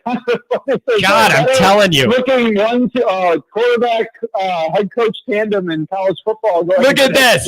Look at this. Hilarious. I can always rely on Angela Rudiger. She says Brady is still hot. Like, he's still got it. The guy's not balding. How am I going gray? Brady Quinn's black as night. His hair's dark as oil. Well, he just also looks sharp, man. Just like Freeman. They dress nice. Yeah. They're just, I mean, that means something to me, man. It really does. I mean, that doesn't necessarily win football games, man, but I just think it's a good look for the program that the guys keep themselves in great shape. The one thing they can control. So wait a second. What are you saying to me? Are you saying you didn't? Are you saying you didn't? Are you telling me you didn't appreciate seeing Charlie Weiss waddle his fupa out there every week? Are you kidding me? I was just thinking about who's the sort of polar opposite. I'm not trying to pick on Weiss. I know. But I also still hated it. I still hated it. I'm not gonna lie, Rodney. I hated it. I hated seeing that. I hated seeing that belt loop, like just the belt strain. I just hated all of it. It was rough. Well, I mean, I feel bad because I know the guy tried to correct it when he had that gastric bypass, which he almost died with, man. I don't know if you heard about that, but he almost died. Yeah, that was bad. Right before he got the job. But, so I'm not going to beat him up for that. But point is, he was also kind of an asshole, man. I mean, no one really liked him here. You know, it's kind of like Kelly. No. You got to understand. Maybe you don't get it, buddy. He had a decided schematic advantage that you're unaware of. Haven't you learned that yet? Haven't you learned that shit yet? He's got a decided schematic advantage coming from the Patriots, and Notre Dame's going all the way, baby. Didn't you get the memo? I will give him credit for No, didn't you get the memo? Didn't you get the memo? Oh, God. All right. Brady Quinn, and he did develop Jimmy Clausen when Jimmy Clausen, in his third year, even though the team still stunk because the defense was no good. He, Clausen, if he had stayed another, so I hate that, man. That next year when Kelly got hired, if Clausen had stayed, that would have been his quarterback. And I was looking at that schedule. I do this shit where I go back in the past. And you were thinking, even Kelly can't mess this guy up if he stays. Right. And then, of course, you got Dane Chris turned out to be a complete bust, but poor guy. Man. Yeah. You know, I'm thinking about so many things in my head right now, man. That USC game in 2011, and they're getting ready to score in the game. Don't do it. Back for a touchdown. Don't do it. Do not make me relive that. And if I remember that year, we were wearing the green jerseys too, and it ruined it, right? Am I right? I think for that game, we came out in different jerseys for that game, and we ended up losing. I was in the end. I was there. No, it was blue jerseys. It was a blue jersey. I want to forget all that. Yeah. All right, Rodney, I got a couple more. I was in the end zone, but they were about to score, and when the ball goes the other way. No. 99. That return was 99.999 yards, and the only one that can rival it, you know what it makes me think of? At the other end zone, the South Florida deal was the same deal on the other end zone. Yeah, It was the same deal. Going in on the 0-inch line all the way back, but on the opposite end zone. Because I remember that the USC one was on the tunnel end zone. Oh, bad memories, Rodney. All right. I got to get to a couple more calls and wrap this up. We've gone 2 hours and 45 minutes already, buddy. This is fun, man. These night shows are great, man. Keep them coming. Beautiful, man. You know it. There's going to be more content. I'll go on any night people want to hang out. Rodney, thank you, man. Have a good weekend. Be safe, my friend. I love you, John. Later, bro. Oh, what a good guy, man. That guy, one of the nicest guys in the world. Always willing to help. John, what do you need? How can I help with the show? I love what you're doing. Love that. 574, local South Bend number. What's going on? Is this Jack Swarbrick on a burner? What are we dealing with here? John. Great to finally talk with you, man. I'm loving this night show here because I work during the day all day, every day. I'm telling you, man, it's rough. Like during the year, I could do the morning thing and there's enough traffic, but like in the off season, I think I need to flex tonight. I'm hoping to catch a new like wave and net of people. So I'm glad to have you, man. What's on your mind? What do you think about all this? Well, what I wanted to talk about was this blue gold game because how exciting it's going to be to be able to see Buckner and Hartman.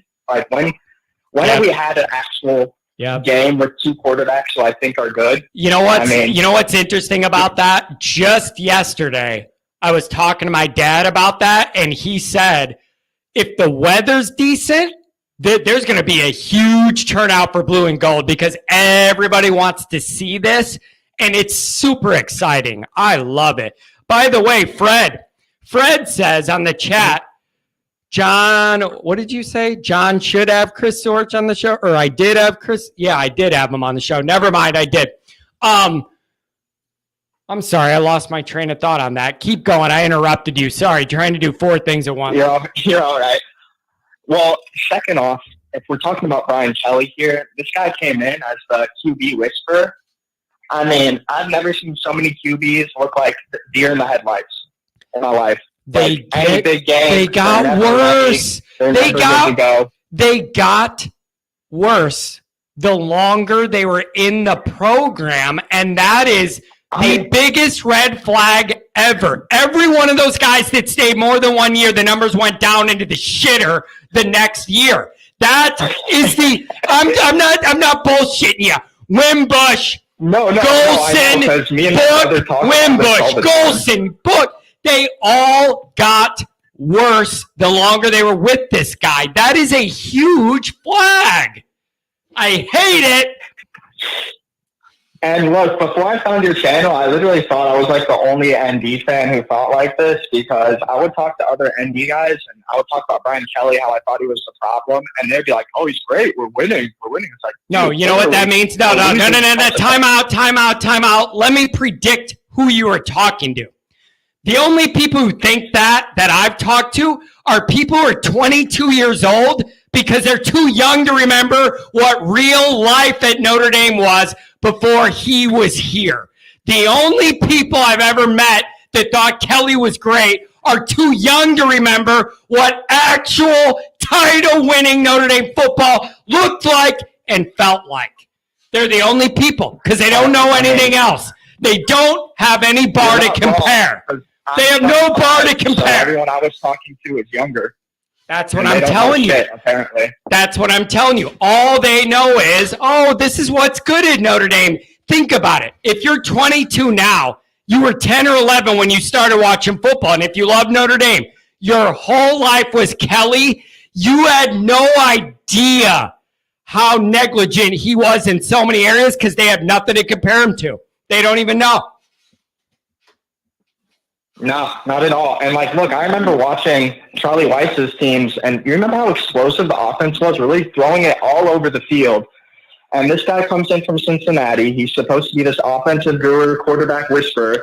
And I'm trying to think of a time other than the 2018 season. I don't think I was ever, well, 2012 obviously, but I mean 2018 I was actually at the age where I was processing everything, and I was like really on board with the team, and the defense was absolutely killer. And man, I was at that Clemson game. I was at the semifinal with my buddy, and shoot, man, it was what, I feel so bad for you, dude. I'm so depressed. I have retroactive depression now on your behalf.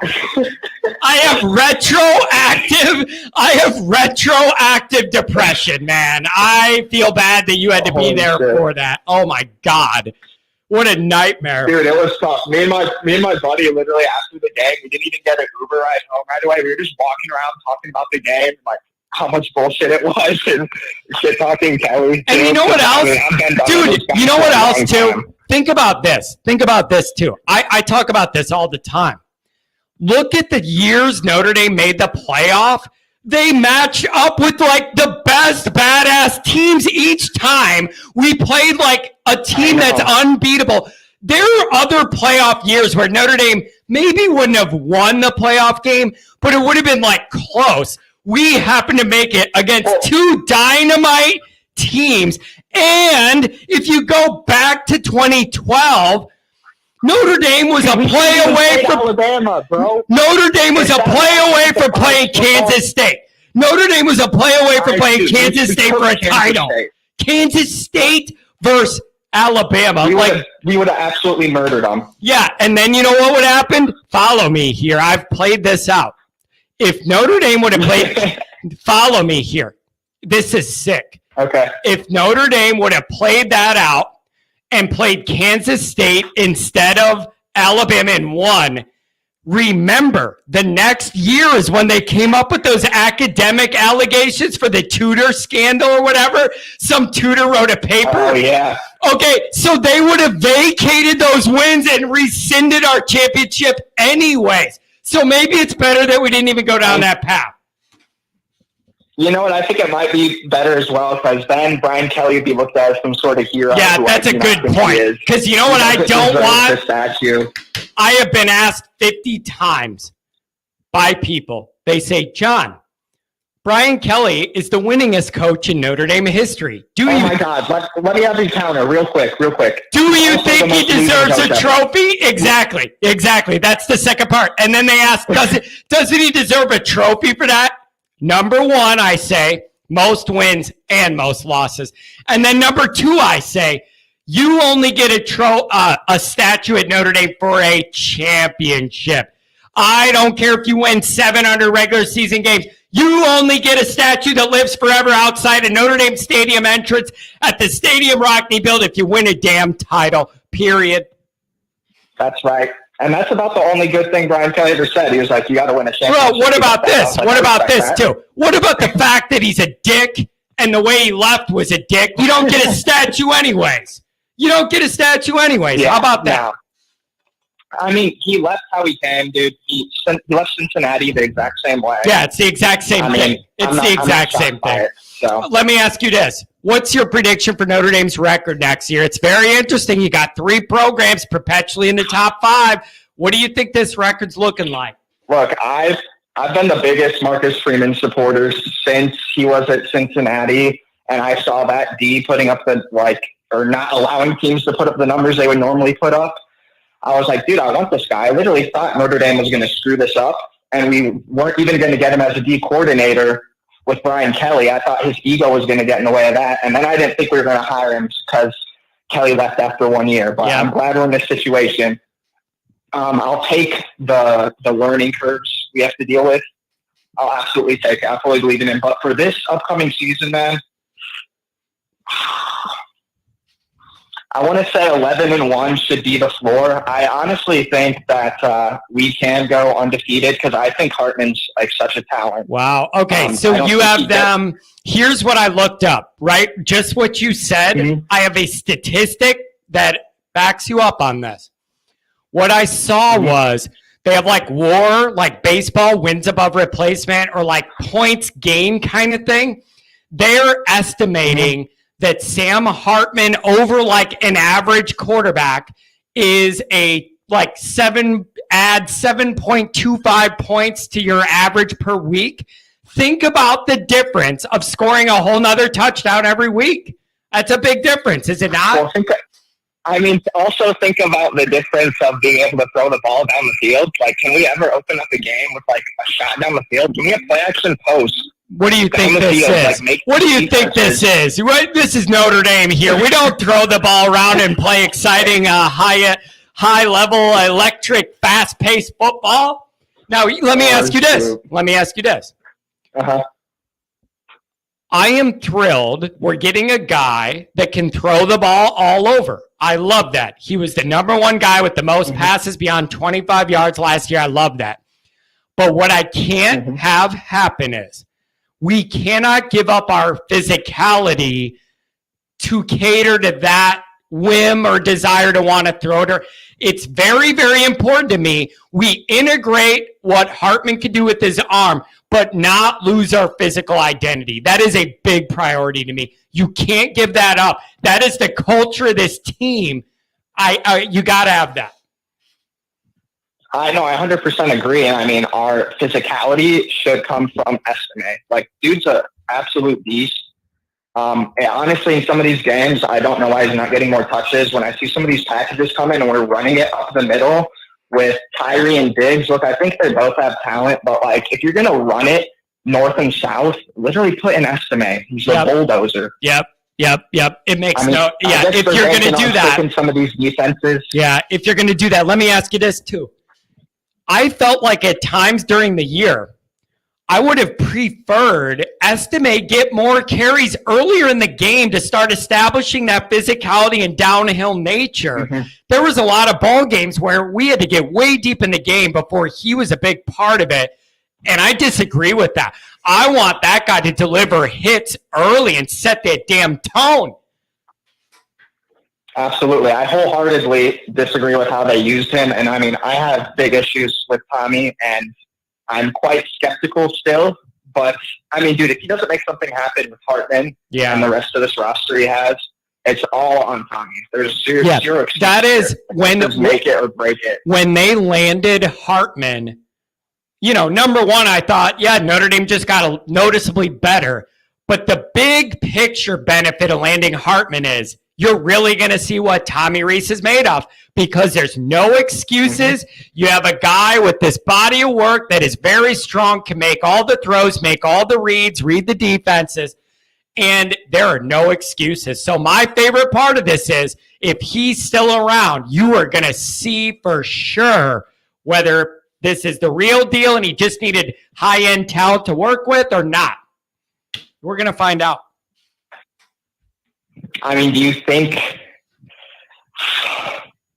Do you think things would have gone differently this year if Buckner had played the whole time? I mean, he's just more physically capable. He's just more physically capable. Think about in the bowl game how his running ability opened up the whole offense and made the defense worry about Pine. You never had to worry about that with Pine. Andy's smaller.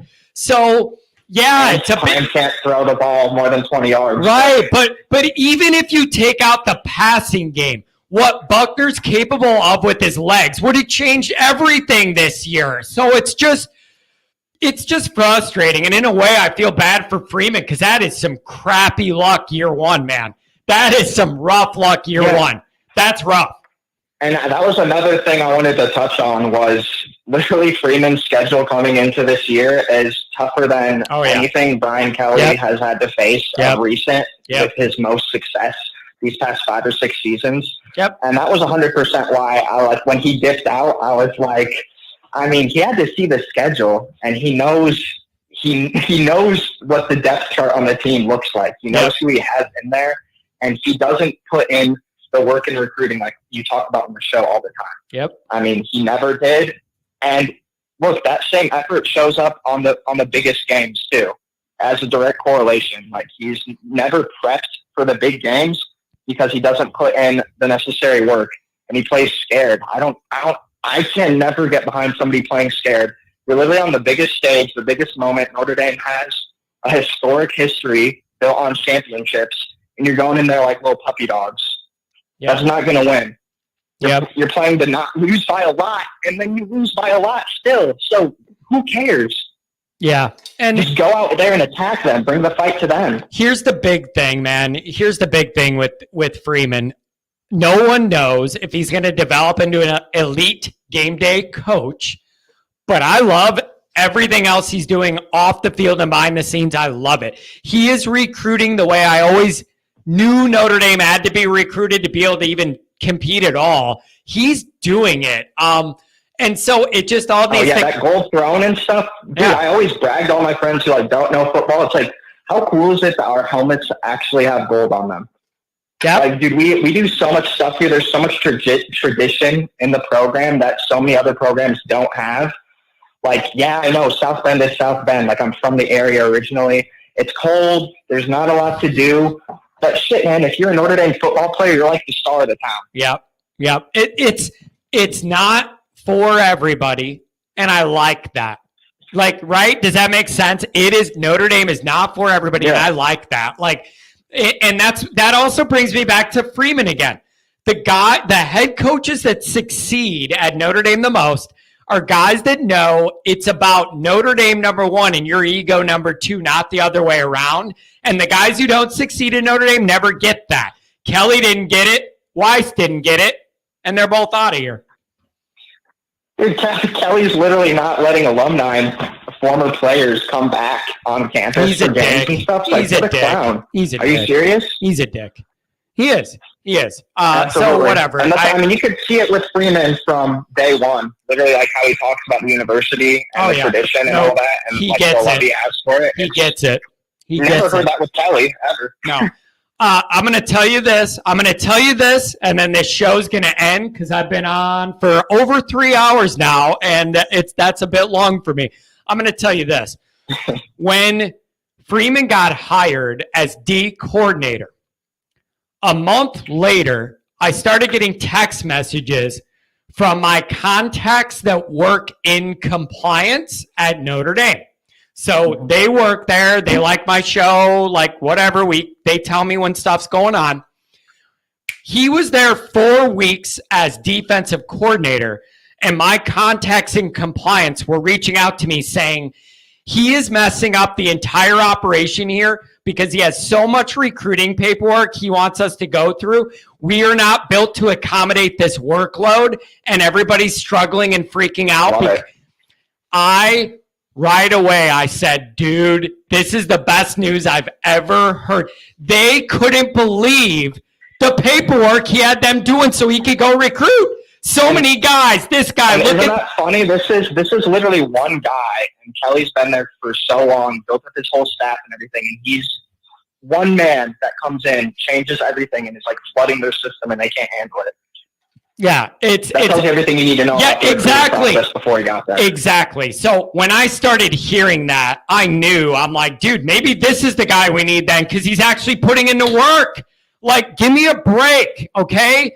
I can't tell you how many people told me, Kelly just didn't work that hard in recruiting, man. He was a closer. He wanted to put the final touches on it and close the deal, not do that dirty, gritty work in the beginning. And it just doesn't work at Notre Dame. And then, look at how good LSU's. Totally different world. Those are separate things. They are not comparable. At LSU, he can recruit in 100-mile radius he can recruit 100-mile radius for people who can't read and fill out a 4- and 5-star roster, okay? It's just the truth. Yeah. It's the facts. McDonald's, bags of money, whatever they got to do now. He has access to all that there. I mean, I'm just telling you, it's rough. But so I don't know, man. It's going to be interesting. But if Notre Dame has any chance in the modern era of college football, it's going to be with the vibe Marcus Freeman has. The guy gets it. He is finding a way to get across the Notre Dame message in a modern way, but one that still honors our value system. I like that a lot. Absolutely. You love to see it, love to hear it. And look, I'll finish with this. Yeah, we dropped to Marshall and Stanford. Obviously terrible. That was like agony for me to watch those games. But look, he stepped up in the biggest games. That Clemson game, man, that score could have easily been a wash, like 35-0. Like the way we were dominating them almost the entire game was ridiculous. Yeah, it gets me hyped because but dude, like that in the big games, I know he can fix up the small games. Listen, he can man, fix that stuff up. That is the kind of performance we have all been begging for from Kelly forever. I've been begging for that forever from Kelly. I've been begging for Kelly to just win a top 5 or top 10 game. We went in there and blew them out. Like, we didn't just squeak by and win on a field goal at home and you beat Clemson. You literally embarrassed them. Man, and I know they had problems. Clemson was ripe for a loss. Clemson was ripe for a loss. They were begging for a loss. But you're the one that stuck it to them. Damn good job. Good job. Kelly never had... And look, I'm going to give you this. The one game Kelly had... Go for it. The one game Kelly had that I think doesn't match but is as close to this is probably at Oklahoma in Norman 2012. On the road, all your dreams on the line, championship dreams, undefeated.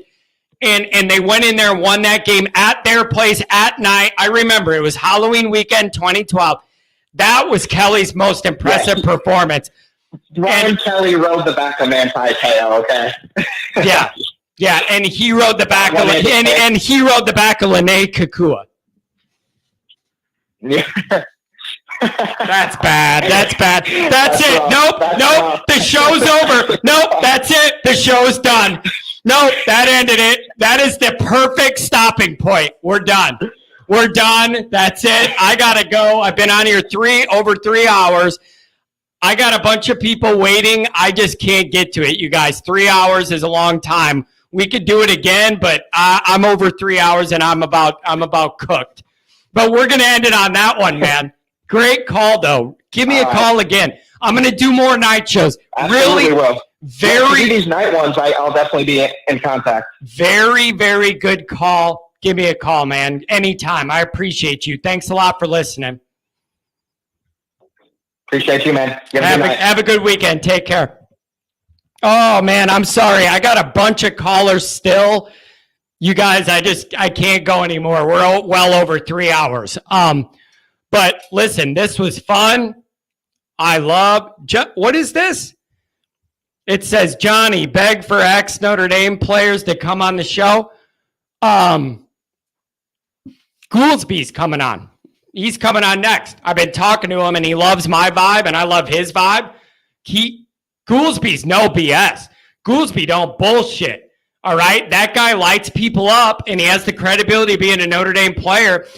He's interested in coming on. So we're going to do something, me and Goolsby. You want to talk about lighting it up. That's a guy with player credibility that lets it rip. And then you have my vibe, that's going to be good. So I'll let you guys know when that is. I can connect with him, but we're going to do some stuff, and it should be entertaining. So thank you, everybody, for being here. I appreciate it. This was fun. Friday's just a little laid back. I didn't expect to go 3 hours, but here we are. Craig, I love you, Craig. I miss you. I love you. I got to get to South Bend and meet up with you again. I miss you. So, Craig, good to see you. Everybody, take care. Have a good night. We'll see you soon. Long show. Have a good one, man. Take care, everybody.